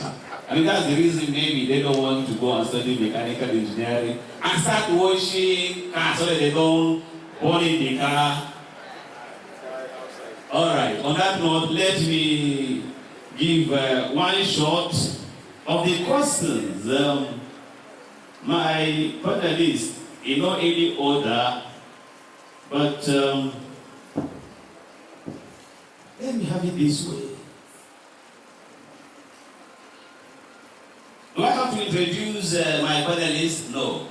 They are all part of us and we know them. But I think the gentleman there is the Student Union President. Thank you very much. Aluta Continua. Victoria Asata. I've been student before. And the beautiful lady beside him is, I learned, is from general postgraduate. Oh, okay. The PG guy is on suit. I think he's studying Central Bank of Nigeria. That is his. And then I know, Clara will be head of department, one of the head of in Faculty of Greek, head of department Computer Science, and then of course the son who present himself, Aluta Cap, Mr. Bernard. You are welcome. And then, of course, the toying of geography, special data analyst. The cap, not only Obasanjo and the other two, they fit where this one. And so on and so forth. Okay, thank you very much, my gentle men and ladies. Now, We are discussing key barrier and policy solution. In your view, and I want one or two persons to help me speak to the audience. In your view, what is one of the most significant barriers to achieving gender equality at Unibot? And how does this policy directly address that barrier? I take it again. In your view, what is the most significant barrier to achieving gender equality at Unibot? And how does this policy directly address that barrier? I think I can start with Professor Lawal. He is writing. Don't give us an inaugural lecture. Just give us some silent point. And of course, Professor Bade can cap up, and then we move to the next one. Thank you. Professor Lawal. Thank you, Professor Saka. I think the elephant in the room that we all know, and it has already been highlighted, is the cultural and the societal values and traditions. We all live within the society. Either what if you like to say, I think somebody, former HOD of social work highlighted something earlier that most of these role definitions are in the rural area. I beg to differ, because either we all like it or not, we grew up within the society. There are some roles, some traditions that are inherent, and unconsciously we adopt those things. So that's the first thing, that's the first barrier, where we are coming from, the society. I'm not saying where we're coming from in terms of where individual, but where the norms that have been accepted within the society. And those norms are also within the university. Either we like it or not, either we want to agree with it or not. They are there, and we see it staring at us. So hopefully, by looking at by developing the gender equality, I sincerely hope, and I want to align with what the keynote speaker said, that at times it's not about developing new laws and policies, but looking critically at what we have.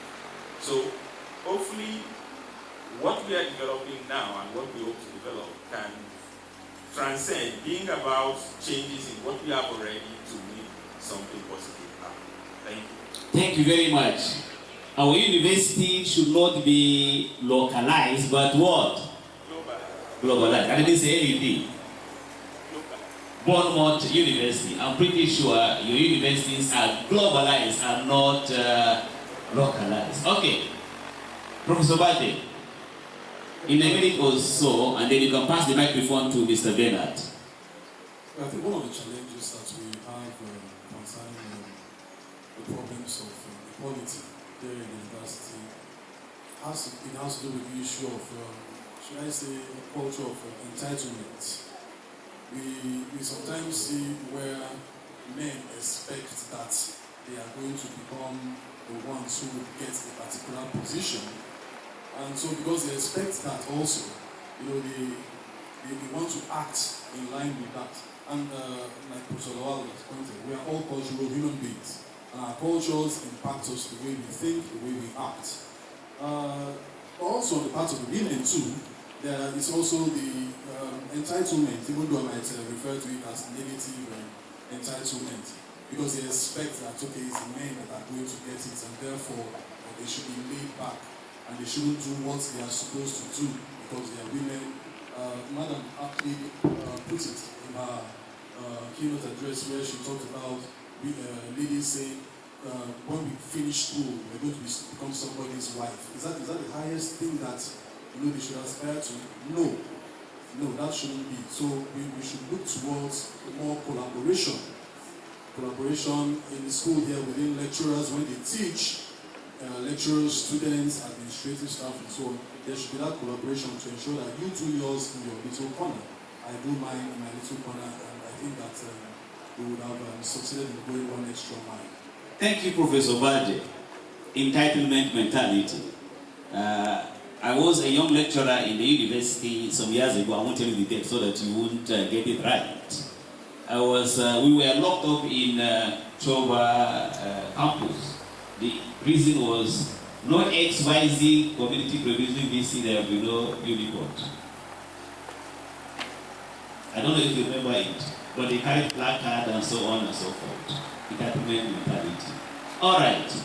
Mr. Bernard, a minute or two. Thank you.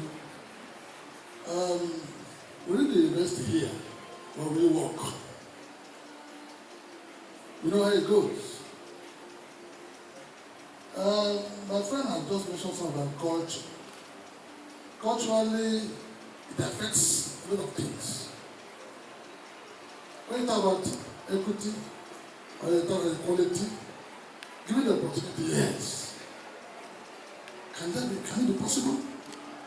Total quality, total equity. On the aspect of women, for instance, when we were in politics, there are only few persons, few women that can drive it.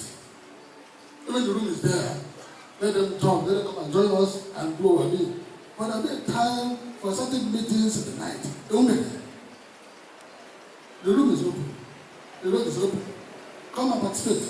It's women. The same thing applies. For instance, God once mentioned, the University of Law is trying. I think I commend them for that because the women are not crying for, they are not being left behind.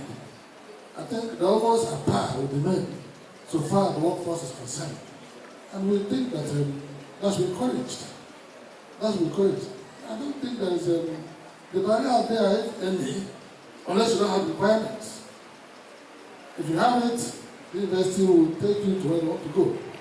And I pray that they should continue to aspire not to, when you share equality beyond reasonable doubt, then you're in for troubles. You know what I mean by that? The men have been made men. Women are women. There are limits to what they can do. There are limits where they can stop. No matter how education is turned around. For you to come and say you want to become a primary ruler of a community, go on, then you know what I'm looking for. Thank you so much. Thank you very much, Mr. Bernard. The women are contesting. I can see Dr. Ikegu shaking her head. They are simply saying women may not climb Iroko tree and oil palm. When I became a professor in this university, somebody asked me, how did you become a professor in South? I said, what's the meaning of that one? I'm at the university staff. He said, no, I mean, coming all the way from the other part and you became a professor here. I said, in my university, they do that. I think University of Port Harcourt, we are on the path of, oh, thank you very much. Thank you. All right.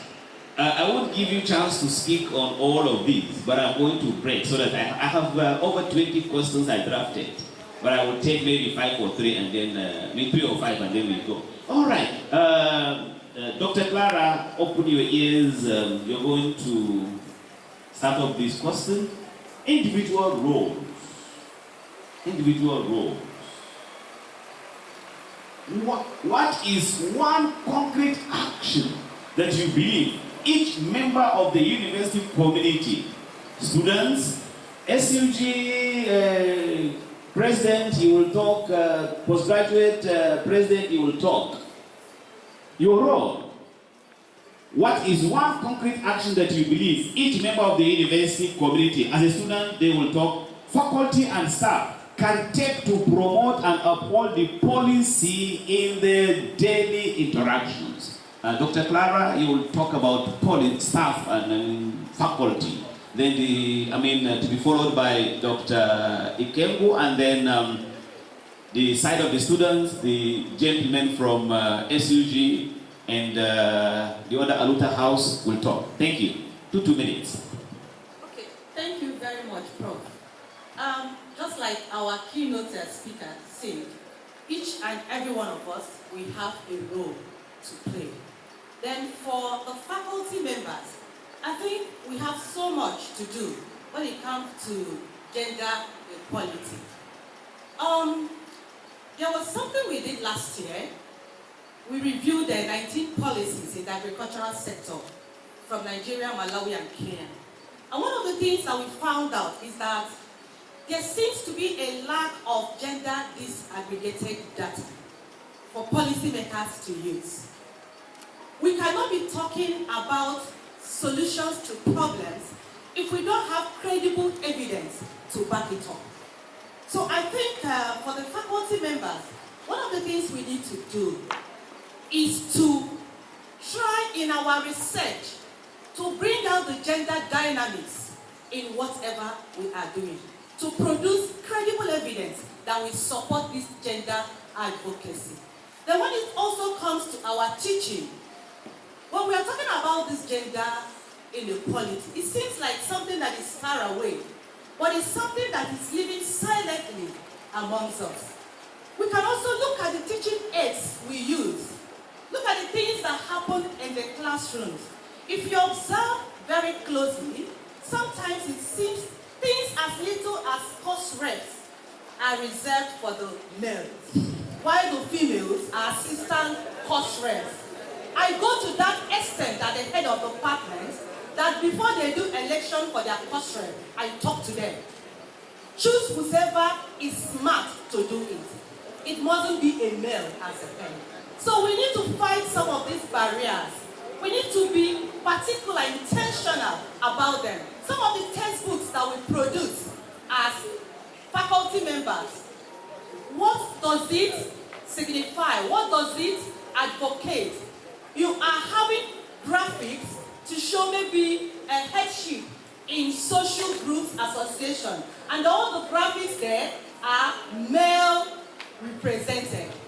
You are silently telling your students that for one to be a head in a social group, the person must be male. So we need to check at these things that are silently living in our system and work towards eliminating them. Thank you. We have to be intentional and pragmatic in what?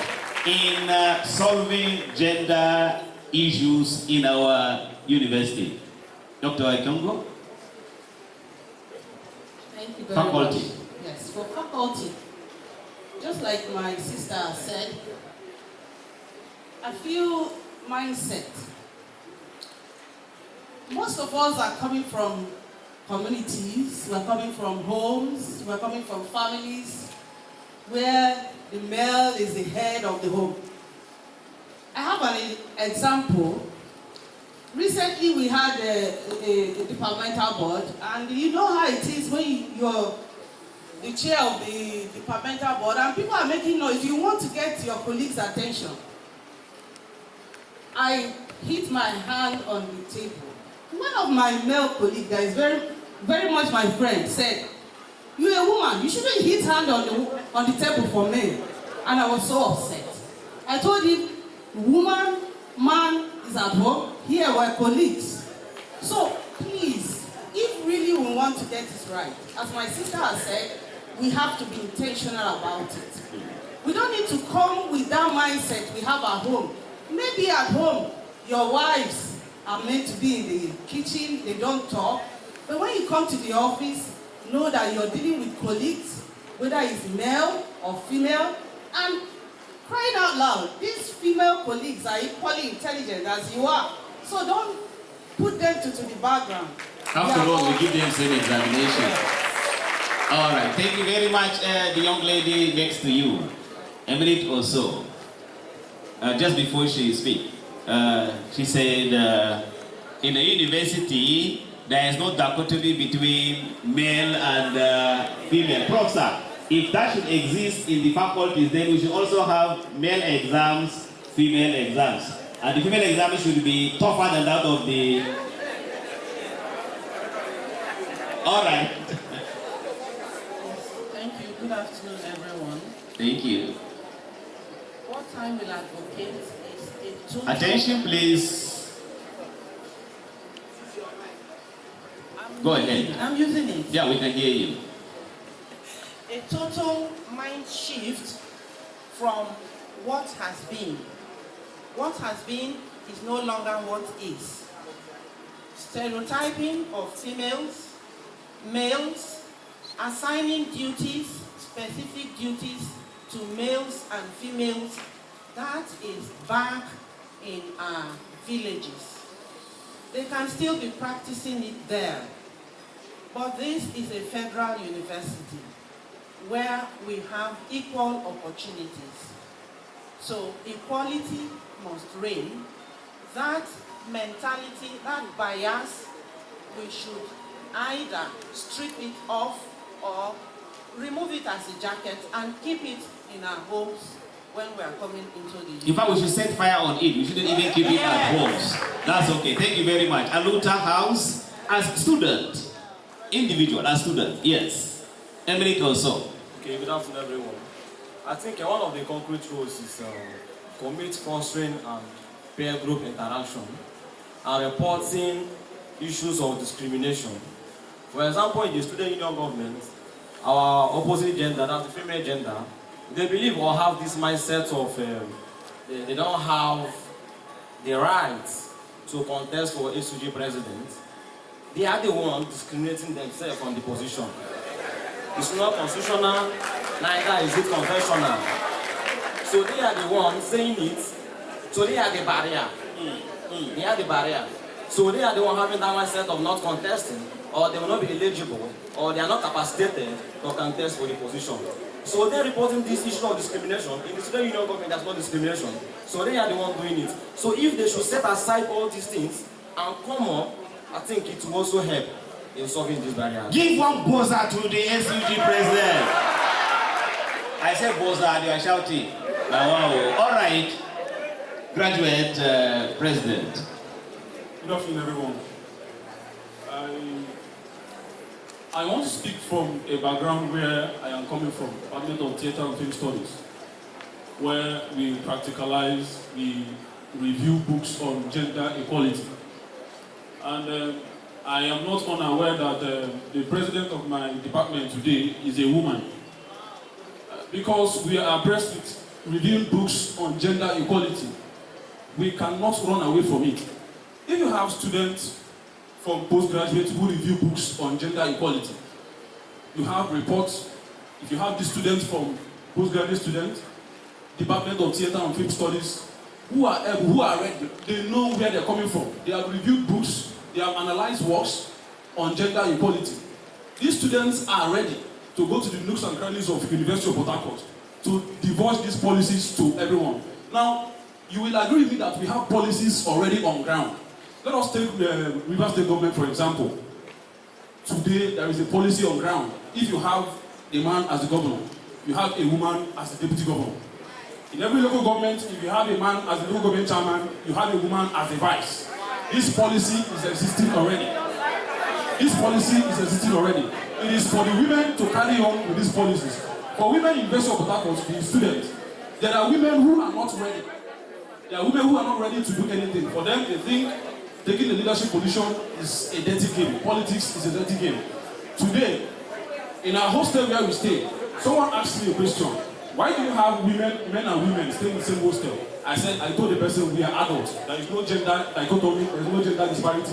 We are here to respect ourselves. As a woman, as a man, you have your lines. You do not cross the lines. So if, as a student, we integrate these courses into our curriculum from the Department of Theatre and Film Studies to ensure that gender equality is a policy that we carry on today. I think today in our society we have women who will do exploits. In the university, we have the liberty to integrate. We are not in a Sharia zone. I won't go more than that one. So I can go home with my head intact. All right. Okay, I have another leg to the question that I did ask, and I'm going to start with my very good friend Professor Lawal and down that way. Now, measuring success, especially in the short-term success.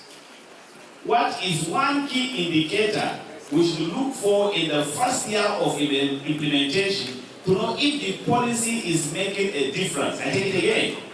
What is one key indicator we should look for in the first year of implementation to know if the policy is making a difference or otherwise?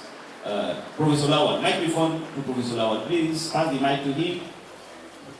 Just a minute, in a minute or so. I want two people to address this and then we move on.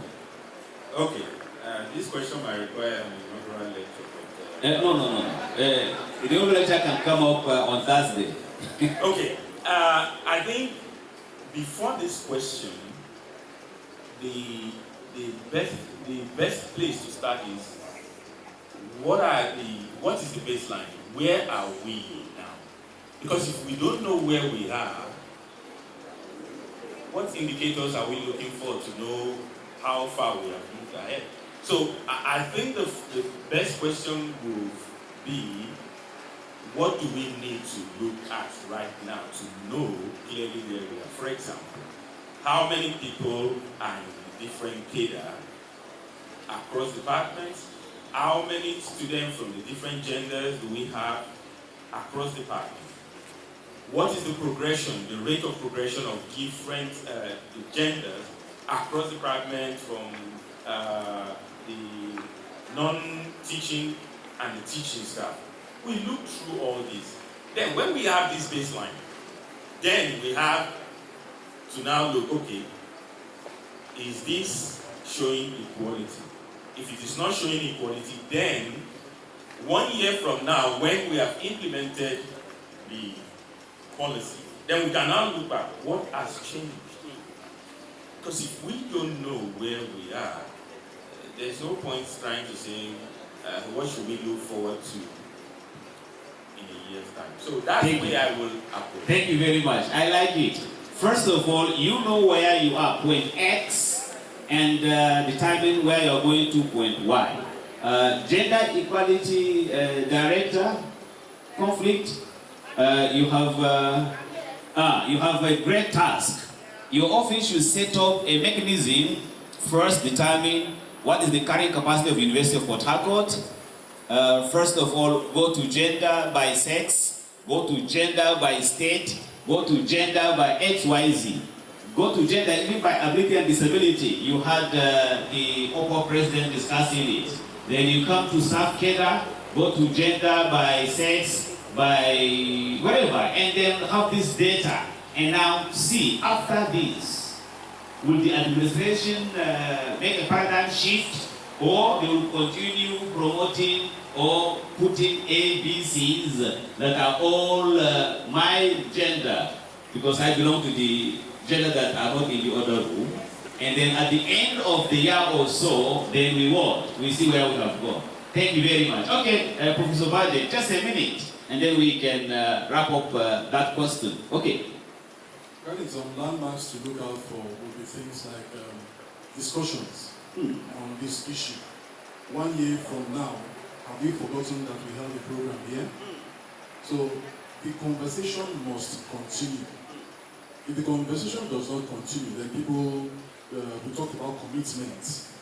The conversation must continue and people must be involved on a daily basis, on a weekly basis, on a monthly basis, and as we progress, you'll find out that people now, the awareness is increased. And so once the awareness is increased, then people begin to think in line with that awareness. Thinking about this thing, something just came to my mind. I was laughing within myself. And I was saying, is it possible to say gender equality? And as lecturers, for example, we take notes of the time that we give our CA. Now, someone might ask, what's the business of CA with this? But it comes to a point in time within the month when we know that women will pass through what they will pass through. I'm about to do this, I will break it down. And there are some of them that, because of cramps and other things, will not be in class. So if we know that generally from this point, the expectation is that something is going to happen, the women, are we protesting or you are in agreement with me? If you know that at certain points in time this will happen, then maybe even the time that you set your test matters, because then you know that, okay, they might not be around. Because there might be physical inhibitions. Yes. So when we talk about it, we must take everything, the physical, the social, the economic into consideration, so that we can continue. And then the ladies can now say, okay, in University of Port Harcourt, consideration is being given, equality is being given. You don't hold tests when men will be around and women will not. All right, several. So thank you very much for that one. Now let me ask Professor Clara Obi and Mr. Bernard. Two administrators. Okay, Bernard, I think. Bernard can do justice to this one. Then I ask Clara something else. What is the university's commitment to providing adequate resources and establishing transparent reporting mechanisms to ensure effective implementations and accountability of the policy? Bernard, you have been an administrator as far as I have known you. Do justice to this one. Well, my friend, Zaka, you know, things are changing each day. As it stands today, the administration of the University of Port Harcourt, actually, for administrators, I say they are doing well. If you look at, for instance, look at appraisals, before somebody is actually promoted, it begins from the department, the unit of work, and the registry. And these appraisals, from, even though some are consulted, I know, it goes a long way to determine the progress of people. And I also look at where the university needs to do some jobs. For instance, we talk about training and retraining, as we're here today. At the end of this exercise, maybe the next 2 years, if we didn't here for 5 years, we forget today. When it comes again, come again, it will begin to implant. The university brought this training program to be that which turns staff into real human beings doing their job. And through that, we're evaluated. Through that, we're examined. And what you put out, for instance, your write-up tells who you are most times. Whatever you draft and move to a superior, it looks at you. From what you have written, you're examined. This person is doing well, this person needs to be trained, this person needs to do this, needs to do that. But the best is doing their both best. They're making sure that this thing, for instance, today, we almost completely fit. Not all. At least not perfectly, but some can touch your keys. It was not there before. Gradually, the training continues, it came, and people are invited to it. Yeah. And by the grace of God, it may not be 100% true about it, but at least you can do some operations. Okay, from a son of president himself, if that is coming from your heart, that means the university is making headway. Clara Obi and Dr. Okengu, faculty. What specific support or training do faculty members need to effectively integrate gender inclusiveness into their teaching and research? Just a minute. Okay, thank you very much. You know, most times when we talk about gender, you see us maybe talking about support for women. It is because research has evidence to prove that women are marginalized in so many areas. Hey. So they are the marginalized gender, the women, the youth. So sometimes we kind of emphasize on support for them. As a faculty, I think there is something that the university also need to look at, which this policy should also be an avenue to advocate that. Somebody asked a question to the keynote speaker, promotion-wise, are there some kind of things we can do for the women, promotion-wise? And looking at it, if there is nothing in that area, can we also have some facilities to support them? Just like some early career women, they are still nursing mothers. And today, we advocate this baby-friendly. In less than 6 months, you're back to the classroom. The baby has finished 3 months. Not at all. Baby-friendly is 6 months breast milk without anything. You can supplement with Can we SMS have water. baby rooms in the faculties, at the centers, where these nursing mothers can come with their nannies and their babies? You know, when your baby is around you, you are more relaxed to do your work than when you leave your baby at home. You are always anxious, and there are even mental and health implications. Like when it's time to feed your baby, you're not feeding your baby. You know the pain that comes with it, and such things. Those of us in medicine are telling us that there are some of the causal effect to breast cancers that we are having today. So the university can look at these things. In those days when you win a grant and you are nothing more than you tell them that you cannot travel alone, they will tell you to sort it out, traveling with your nanny. But today we have provisions for that. When you win a grant and ask them that you want to travel with your nanny, they support you to come with your nanny and your baby. So I think the University of Port Harcourt should borrow lead from that. And this policy should be an avenue to advocate that. Then Thank you very much. Thank you very much. I know if I leave you, I was just counting the marginalization. In my faculty alone, how many heads of department do we have that are female? 7 out of 7. Who is being marginalized? See one here, see one there, see one in farm nutrition, see one in animal science, see everywhere. In the last administration, heads of department, or in fact, see one there. Everybody, female. So which one do you want us to do as male now?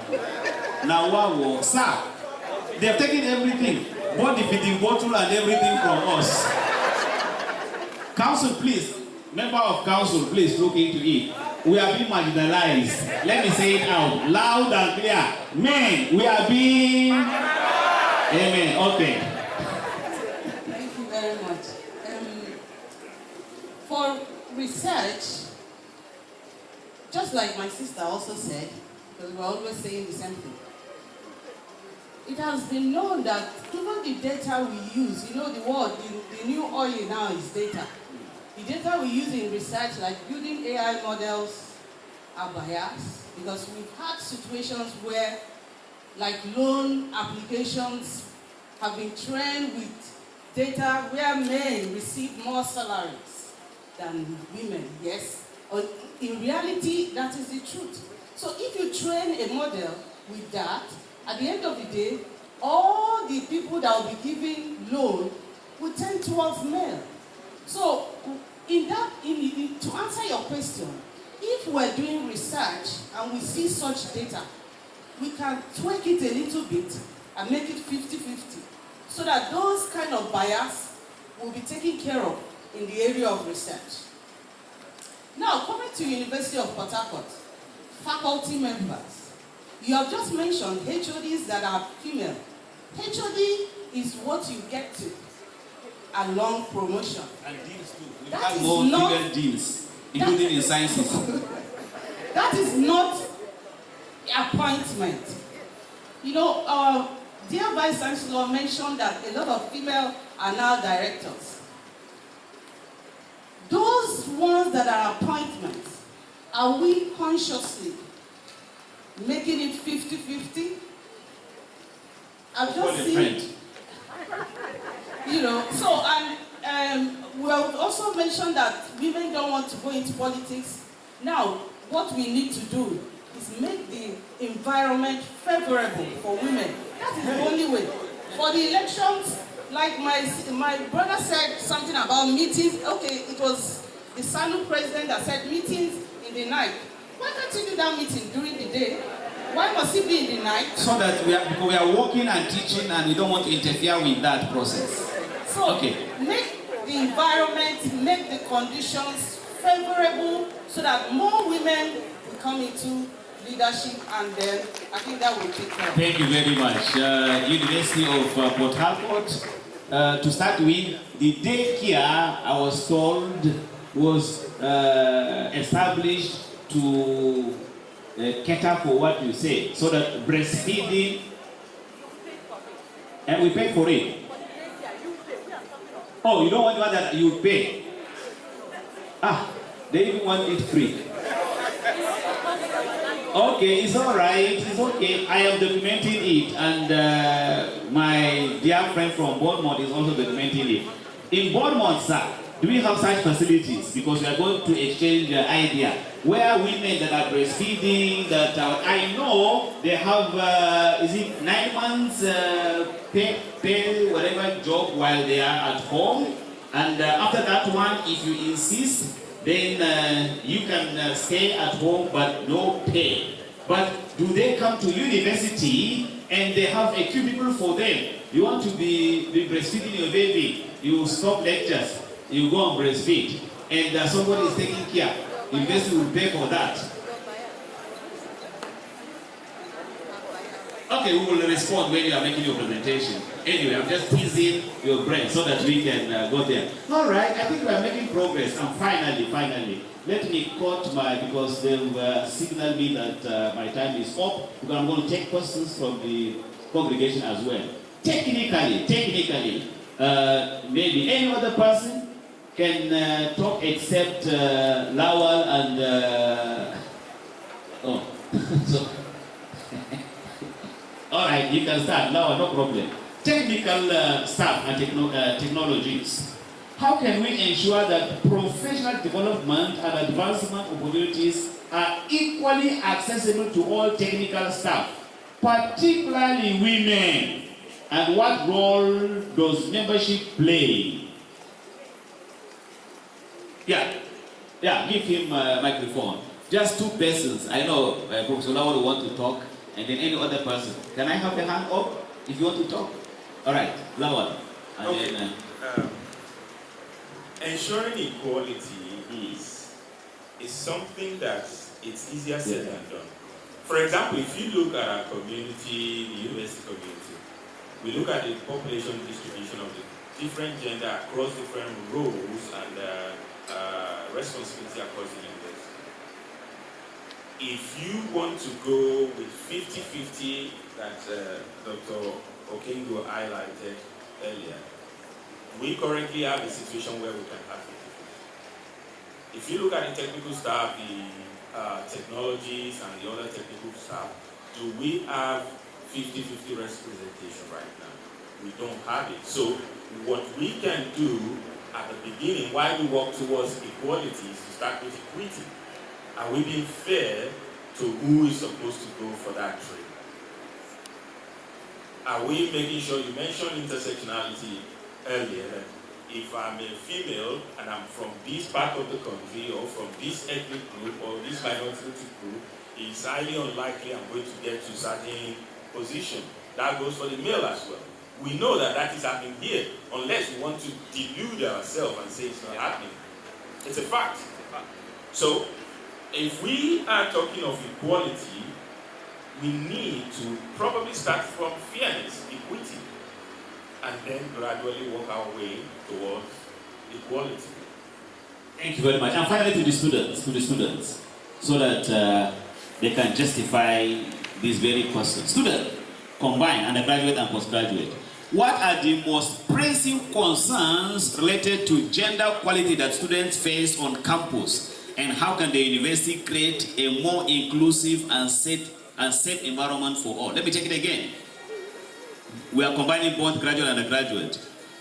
And I ask, what are the most pressing concerns related to gender equality that students face on campus? And how can the university create a more inclusive and safe environment for all? Let me start with Thank you. All right. One of the concerns is the issue of victimization and stereotypes. If we talk about victimization, we're talking about female students who are unnecessarily victimized because she's a woman. For me, there is no woman who is disabled.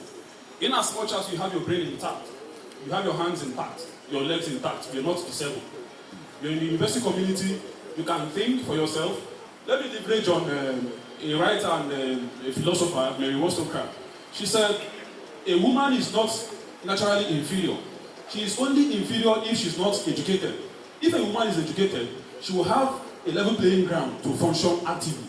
Now, if we are in an academic environment and we have women who are victimized in an academic environment, the onus lies on faculty, students, departmental heads, faculty leaders to work in tandem with the students to ensure that these issues of victimization are being resolved. Now, sometimes even the male students are scared of speaking up because they have an alignment with most of the lecturers or departmental heads, faculty heads. They wouldn't want to say anything because of loyalty or one thing or the other. And you also find out that we find it very difficult to have a mentor and mentee relationship amongst the men and the women. It is very difficult to find a woman, a female student, with a man as a mentor. So these are one of the concerns. And you talk about stereotypes. we must ensure as males to ensure that we speak up when there are issues of victimization, especially against the women. You hear issues of some students, male, talking about women. You're a woman, you're from social community, you're not supposed to be talking when male students are talking. Obnoxious traditions that limit and subjugate women. So as male students, we're supposed to speak up at every point in time. If we set up, like, let me recall, the Vice Chancellor last year caught a particular female student indecently dressed. Within 1 week, we saw a committee, looking out for students who dress indecently. So if we take these measures to look out for students, female students who are victimized, I think we can arrive at having a policy, having a university environment where gender equality will be promoted. Thank you very much. Aluta House. Okay, I'll be brief. Yeah. In order for us to be at the safer side, we need to be transparent. Transparency. It's not only when we are talking about, when you talk about victimization, and I want to emphasize on it too.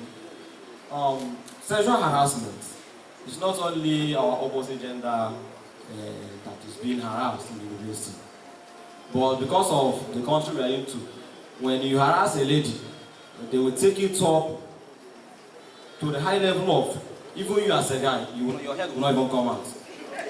But they forgot that we can be harassed too. And we are always harassed. So the two genders, we are being harassed. But the country we are into, they will not even listen to you as a man, that they are harassing you. So if you can be transparent in decision making, hear them out, the two parties, total membership involvement. So it will also go a long way for us to be at the safer side. Thank you so much. Thank you very much. On that note, I want to open the floor, but unfortunately, I will take only 2 questions. One from the male gender, and the other one from the female. From the female gender. Okay, my head of department, please come. The young man, come. We have a hand here. No, I mean here. 1, 2. Okay, come. And then you have a hand over there. Anita Benwari, your hand is not up. Okay, let me go with. Hey, Chineke. I thought I had one. I can't come. Okay, this is 1. So combine your question. Okay. All right, thank you so very much. I'm so excited to be here. I also want to appreciate your name and then Okay, my name is Professor Adana Henry Koha of Family Economics and Business Management. I have a deep worry. And that worry is coming from the fact that most of us are kind of paying lip service to this gender equity thing. We are not showing serious commitment to it. What am I talking about? From what the first few panelists said, that is Professor Lawal and his colleagues, most of these gender issues were having stemmed from the fact that there are actually cultural. Okay, no problem. So let me go straight to the point. I had a heated argument with a very senior academic who also happens to be doing a lot of projects in gender. But, his views, and at some point I was knocked off. I could not say anything again because he came with very strong points, saying, 1, that the gender inequity thing is by default. That in the whole history of creation that God removed Adam's tree, and then that's how Eve was created. And again, that Jesus Christ never had a female amongst his disciples.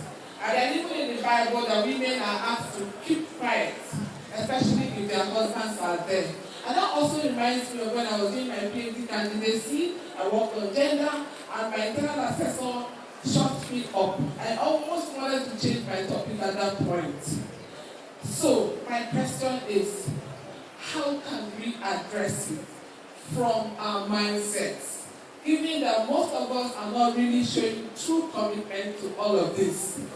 Okay, and then What happens in other clients? What happens in other clients where you see where maybe someone is submitting his or her resume and then the gender components, the gender aspect is expunged. So I don't know if it's possible for us to come to this point in this country where we remove that aspect. I'm sure that will go a long way in addressing this. Thank you so much. Thank you very much. Please summarize your questions. Let them know. Good afternoon, everybody. I am Dr. Uguja from the Department of Agricultural Economics and Agribusiness Management. My question is this. University of Port Harcourt will be 50 this year, and we've never had a female VC, which means there are barriers. Futo has broken the barrier. Unibank has broken the barrier. I want this project to break the barrier. Thank you. I want this project to break the barrier. Thank you. Sam Wala, once again. My question is to the SUG president and the president of Graduate Students Association. First of all, for we to have gender equality, we must first identify as male and female. Now, at the University of Port Harcourt today, we're having issues of cross-dressing. Males wanting to dress like females, wearing earrings and what have you, and then the females who also doing the tomboy thing. What are we doing as student leaders to, because again, we need to identify who is the male and who is the female. It's becoming rampant these days, and we don't even know how to address, especially the male folks who are wanting to look like females. So what are we doing to ensure that this issue of cross-dressing and having gender well represented is addressed? Thank you. That is directly to the SUG president. Okay, my name is Dr. Christopher Abu. In academic research, it's a custom to include the gender variable as intervening variable. Is the gender equity policy advocating a stoppage of that intervening variable in academic research? But then, if gender will be considered, then to what extent would it lead to creativity in that research? Thank you very much. Thank you very much. Good afternoon, everyone. My name is Dr. Ifoma Abu from the Faculty of Law. Please, my person, I appreciate the panelists and the organizers of this program. I want to ask a question. How do we break the barrier that is built on the stereotype that affects women's economic growth in the view of family challenges? You can see a man who is a professor when he's doing his research. The wife will cook, go and take it to him because of what he's doing research. But when the woman is doing research, you will see the man calling him, come and cook for me, I'm hungry. So that becomes a stereotype and a heavy barrier. Again, when you put an application, the first question is, do you have dependents? Immediately the answer is in the positive, your name is sorry. You will not receive any further response from them. So, all these barriers, there is need to break them. Someone has mentioned that in school, there's supposed to be a place for caregivers. Yes, the woman can come with her nanny, but there's supposed to be a facility so that the woman will not be hindered in her economic growth. Thank you. Thank you. We are going to create a room. I think that button is enough to be a caregiver facility. Thank you very much. My only question per se is perhaps to add to what the speakers who spoke on the difficulty of achieving gender equality in the university institution. I think a very serious issue to be considered is leadership. It's leadership. When the headship of any university is intentionally compliant to gender equality, it cascades. It goes down to every arms of the university. Where a university headship is anti that, we might be finding it difficult to achieve that in any university community. But again, there is a second part to that reasonability. Don't forget the fact that universities are creation of National University Commission. If a particular policy has been put in place, the Vice Chancellor cannot torpedo that policy. It will require perhaps the involvement of the National University Commission. And so this leaves another role, a very humongous role for the director or the project leader or the project and the lead of the gender equality project. We have to carry this policy, this advocate again to the National University Commission. Thank you. Thank you very much. Then Professor Wanzi, I'm coming over to you. We have respect for elders. I am fully aware. All right. Thank you very much. I appreciate this gesture. My simple question is this. In considering policies for what we are talking about today, gender equality, do we remember the physically challenged?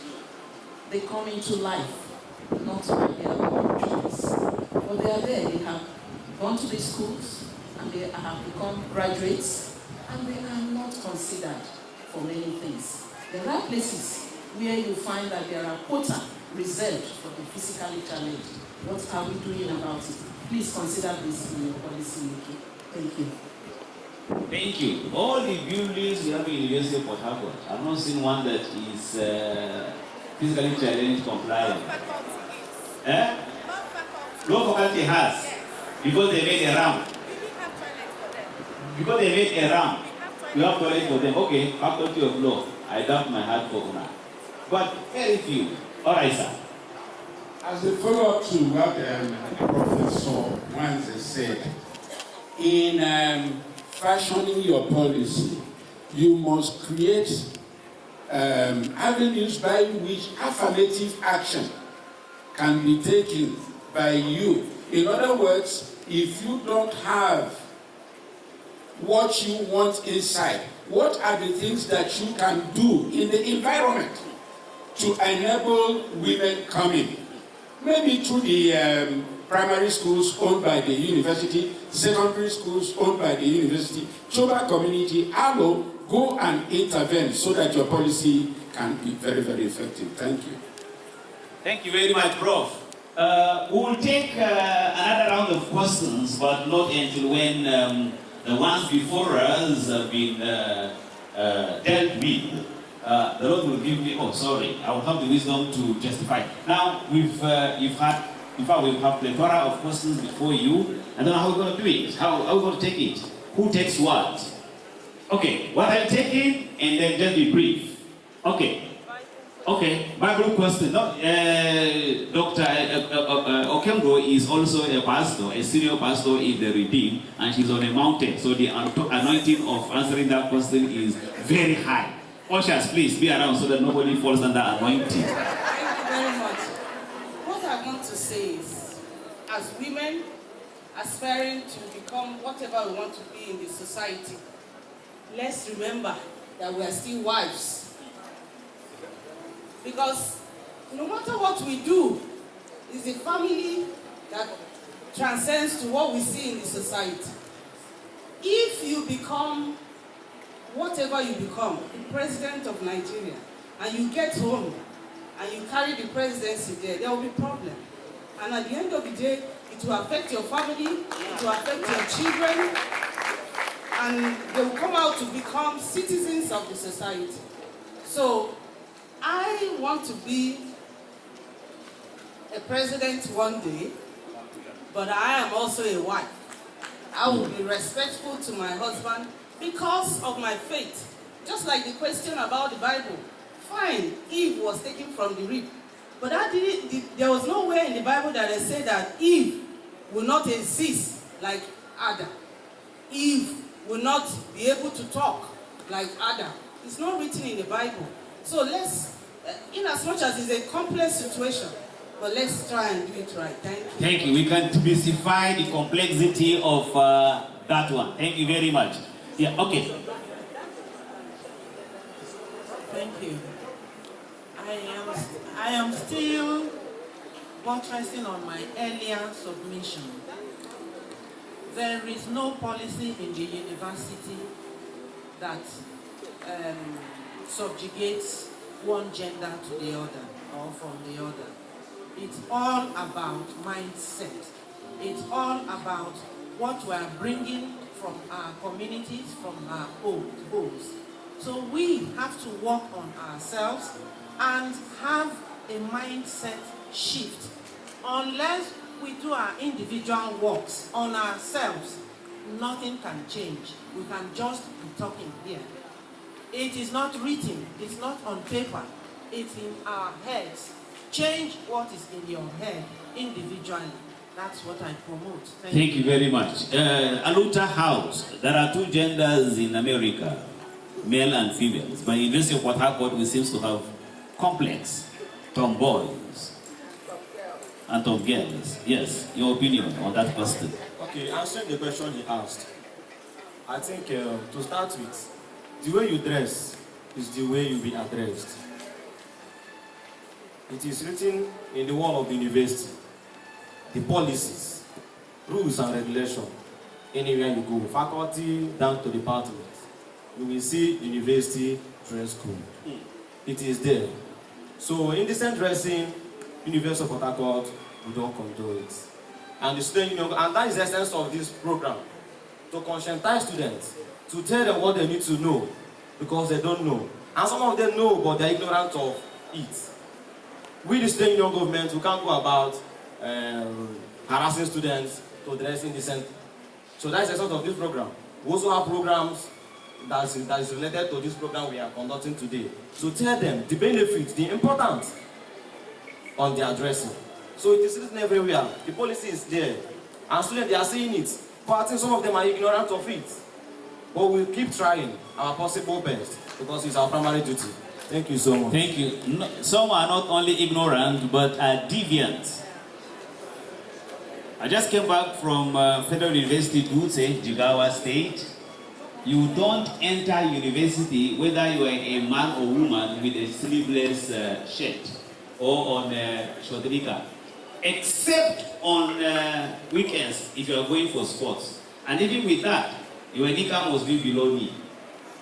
The day I thought I was in Port Harcourt and I wore my joggers from my debut, they said, "Prof, we know you very well, but go back and dress." I said, "I'm going for sports." They said, "No, you are naked." I looked at them and said, "Naked? That wire." So sometimes we need to put our feet down. When we say we are also being harassed, it is true. All the cleavages exposed and you are lecturing, you will forget to mention even the postcode. True or false? Answer me now. It's not true. It's very, very true. They sit, the back is open. They stand, the front is open. You say your bonnet is open. They close the bonnet, the bumper. We need to help ourselves. Please, SUG and graduates, you have a lot to do. You are dressed very well. You can see Governor Stimlaya with this dressing. You can see Tinubu. But there are some that, if you ask them, let's go and see VC. They are not dressed. And you know that you are naked. Are you Adam and Eve? Who told you that you are naked? Yes. All right. We have so many questions. So let the mic keep rolling. Oh, you want to speak? Okay, on the dressing? I thought we don't overflow the situation. Yeah, okay. Okay, I just want to say one or two things. A question on having our men support us that is, was asked by the person from the law faculty. I want to say that sometimes it's not as if the man does not want to be supportive. You will agree with me that sometimes it's just out of ignorance because of the society we find ourselves, the norms and values, the traditional belief that this cooking is for the woman. So, I think we need to do more on knowledge building and sensitization about gender responsiveness. And on that note, I want to encourage the project team that they need to do more. Having this sensitization just at this level and ending it is not enough. I think you need to apply your negotiation skill, get buy-ins from faculties and centers where you can take this good news down to the grassroots. Maybe during faculty meetings, center meetings, you can have 10 minutes to talk about gender-responsive actions. A man who has heard such will be able to support the wife better at home. Even men, there are peculiar areas they also need our support. Some women are not also supportive. But when we carry this good news to the grassroots in our different units and centers, I think it will bear more fruit. Then finally, the issue of formal mentorship. We've been talking about mentorship. I want to go beyond that. Having a formal mentorship structure. During the time of Seku Fellowship, University of Port Harcourt was one of the universities that participated in that fellowship program. And I was privileged to be one of the Seku fellows. One of the things that ACU did for the university was having an institutional strengthening program which emphasized on mentorship, building the capacity of the senior academics to mentor the younger ones. And we were heading towards having a formal mentorship structure before things were cut off. So I want to encourage... Why were things cut off? If I should cut you short, please. I need to know that. Why? I may not be able to speak on that. So I want to encourage the We are in a university. I think there is nothing that cannot be addressed. You know, the funding stopped. The funding stopped? Yes, we couldn't advance. Why did the funding stop? Isn't that I'm on a serious note. You know, there is a way a funder can stop funding, assuming you divert the fund for something else. No. That wasn't the case. Okay? The project has a timeline. We extended the timeline. It wasn't extended. It had just one extension, and after that, we couldn't round up with some of the activities. So I think this project can leverage on that. Okay. And bring up this issue of a formal mentorship structure. And this, one of the success indicators they can have is the gender responsiveness in this formal mentorship. So I am encouraging the project team to look in that direction, having this policy to advocate that formal mentorship and structure in the University of Port Harcourt. It is going to be very, very helpful. As a university, we can't do without mentor and mentee structure. No way. No way. We must have it. There is no university, am I right, sir? From Bournemouth, do we have mentor and mentorship structure? Certainly, yes. You can't just come from the moon and be yourself. You must be tutored under someone's leadership in whichever way. So let's go back to the faculties, department faculties, and start from there. We must have a mentorship formal structure. All right. Mr. Bernard. Yeah, we are coming this way. I want to say something that may be somehow, right? To say it. Equality and equity are two things that are very here. And no, men are good. Men are really trying. Yes. Because I know a man, for instance, we live together. My neighbor, and then he cooks well. I don't have to cook, not a problem. But I've known, I wouldn't complain. That man cooks well, and then he comes in early before the wife. Before the woman comes in, food is set. The woman will eat. And anytime, one day, the man didn't cook. Maybe they couldn't cook. That was being here. Why you take it for me? Why didn't you cook? Why didn't you cook? I said, I do this thing within my mind. And you don't know my state. Now, when the man will wash him, the man will come, be raising and spreading. The first day, the second day, the third day, the man didn't come to spread. Come on, I'm washing, come and spread. The thing ran, the man said, am I making mistakes? That was the question the man asked to himself. Am I making mistakes? What have I done? You know, men are good at accepting. They can be fooled many times, but once you strike them, they realize you're done for. The man sees and locked up. You don't do anything, woman, see your duty. What I want to tell about here?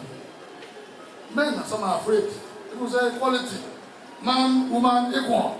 My brother, trouble the cause. Big problem because nobody takes orders from anybody. You are what you are and what I am. It's not proper. Yes, it's theoretical. We'll do here theory. But when you go to the village, go to their homes, you see a woman pounding a man. Have you seen a woman beat a man? Knock you well. But nobody will hear it. No cop, no police will hear it. But if they make mistake, say, let me have access. And the woman said no. You want to do that, you want to drag it, you're in trouble. You know what I mean?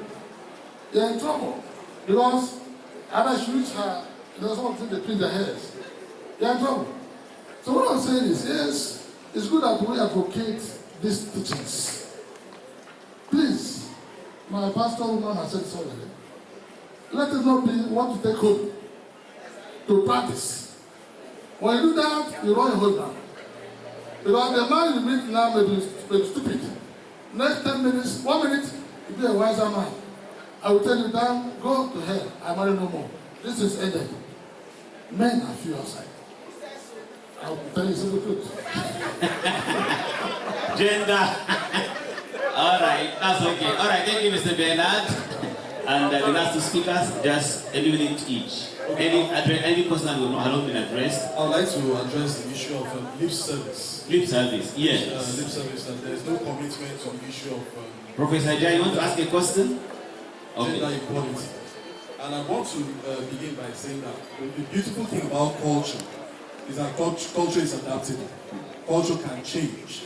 And once we know that culture can change, if the awareness is there, that change can come. But I think one major challenge that we have in this fight for equity and fight for equality is the women themselves.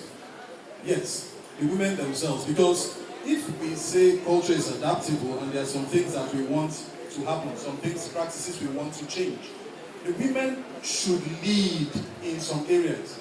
I'll give you an example. Most of the issues of let's say widowhood practices that take place, it is not the men that go to, there are some cultures in which when a man dies, the body of the man is washed.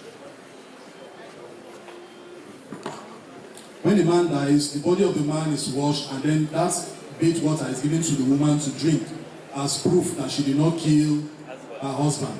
How many times has a woman died and the man has been given that water as proof that he did not kill his wife? But the funny thing is that it is the women who do the implementation of that drinking of that bath water. It is not the men. So women need to begin, it should not be a case of women fighting women. If you say a man loses his job and then the wife is working and the woman should now be the breadwinner, the next thing is that his own mother will ask him, are you sure you are the child I gave birth to? That the woman is now feeding you. Meanwhile, on the other side, the woman's mother will be telling her, are you a fool? Are you the one that's going to take care of your family? So women need to change the narrative, especially when it comes to things like this feminism. Let us know what feminism is about. Feminism is not about destroying everything or being a dog in a manger. Feminism is about allowing women to become the best that they can possibly be. So if that narrative doesn't change, we will not succeed. For example also, there are some things that male children do in the house. They finish eating and they drop their plates. And the mother will tell the senior daughter to go and wash the plates. Washing of plates is a life skill. It's something that you do for cleanliness for yourself. Currently, there's something I do in my house. When I'm cooking, I tell my first and my second sons.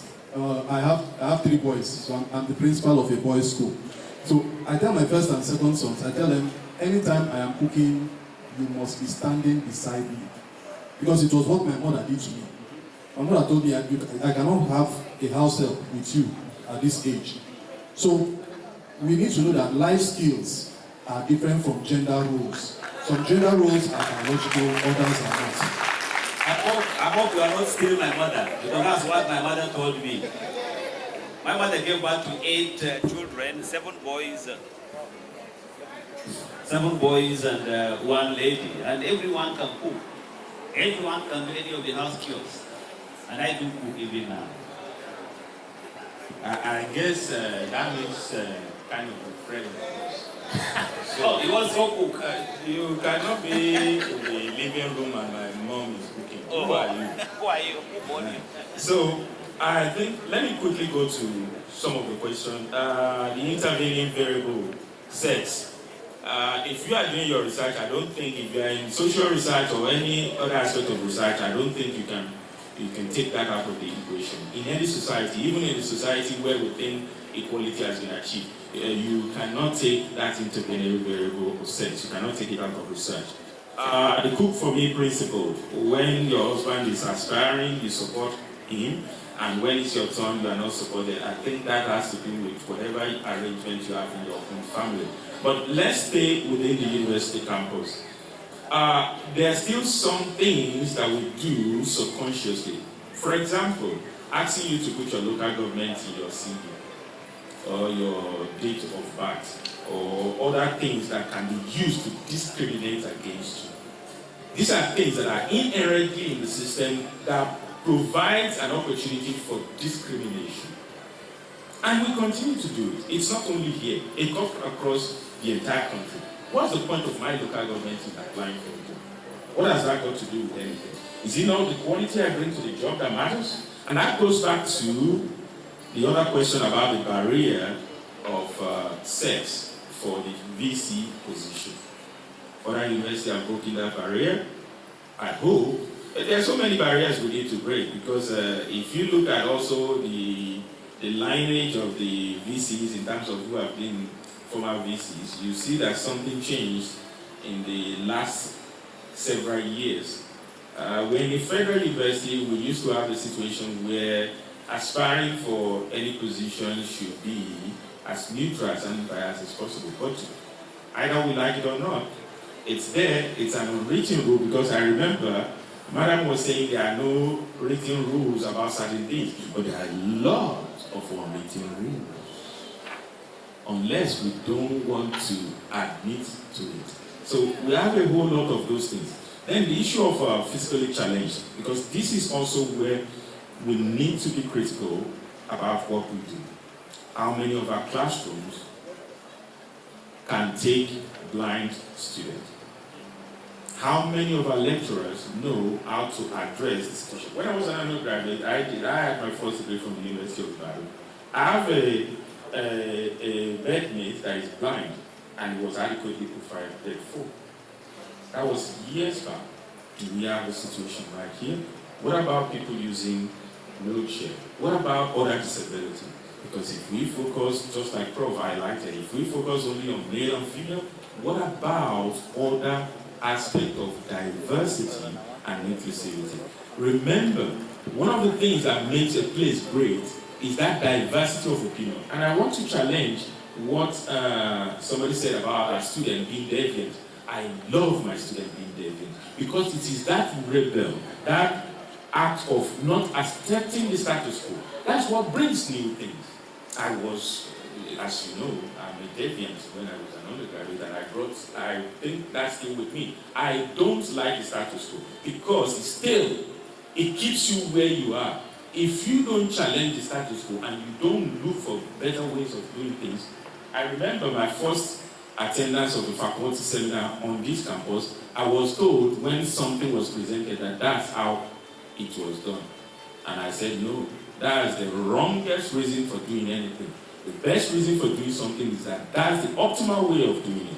So, yes, young people can be challenging, but it is those, how to nurture those good part of being challenging is what we have to find. That's what makes us adults. We can guide them properly to direct that energy, that rebellious energy, to good use. Thank you very much. Thank you, Professor Lawal. When you said you know deviant students, I watched the ACG president nodding head. It should be deviant in a positive way.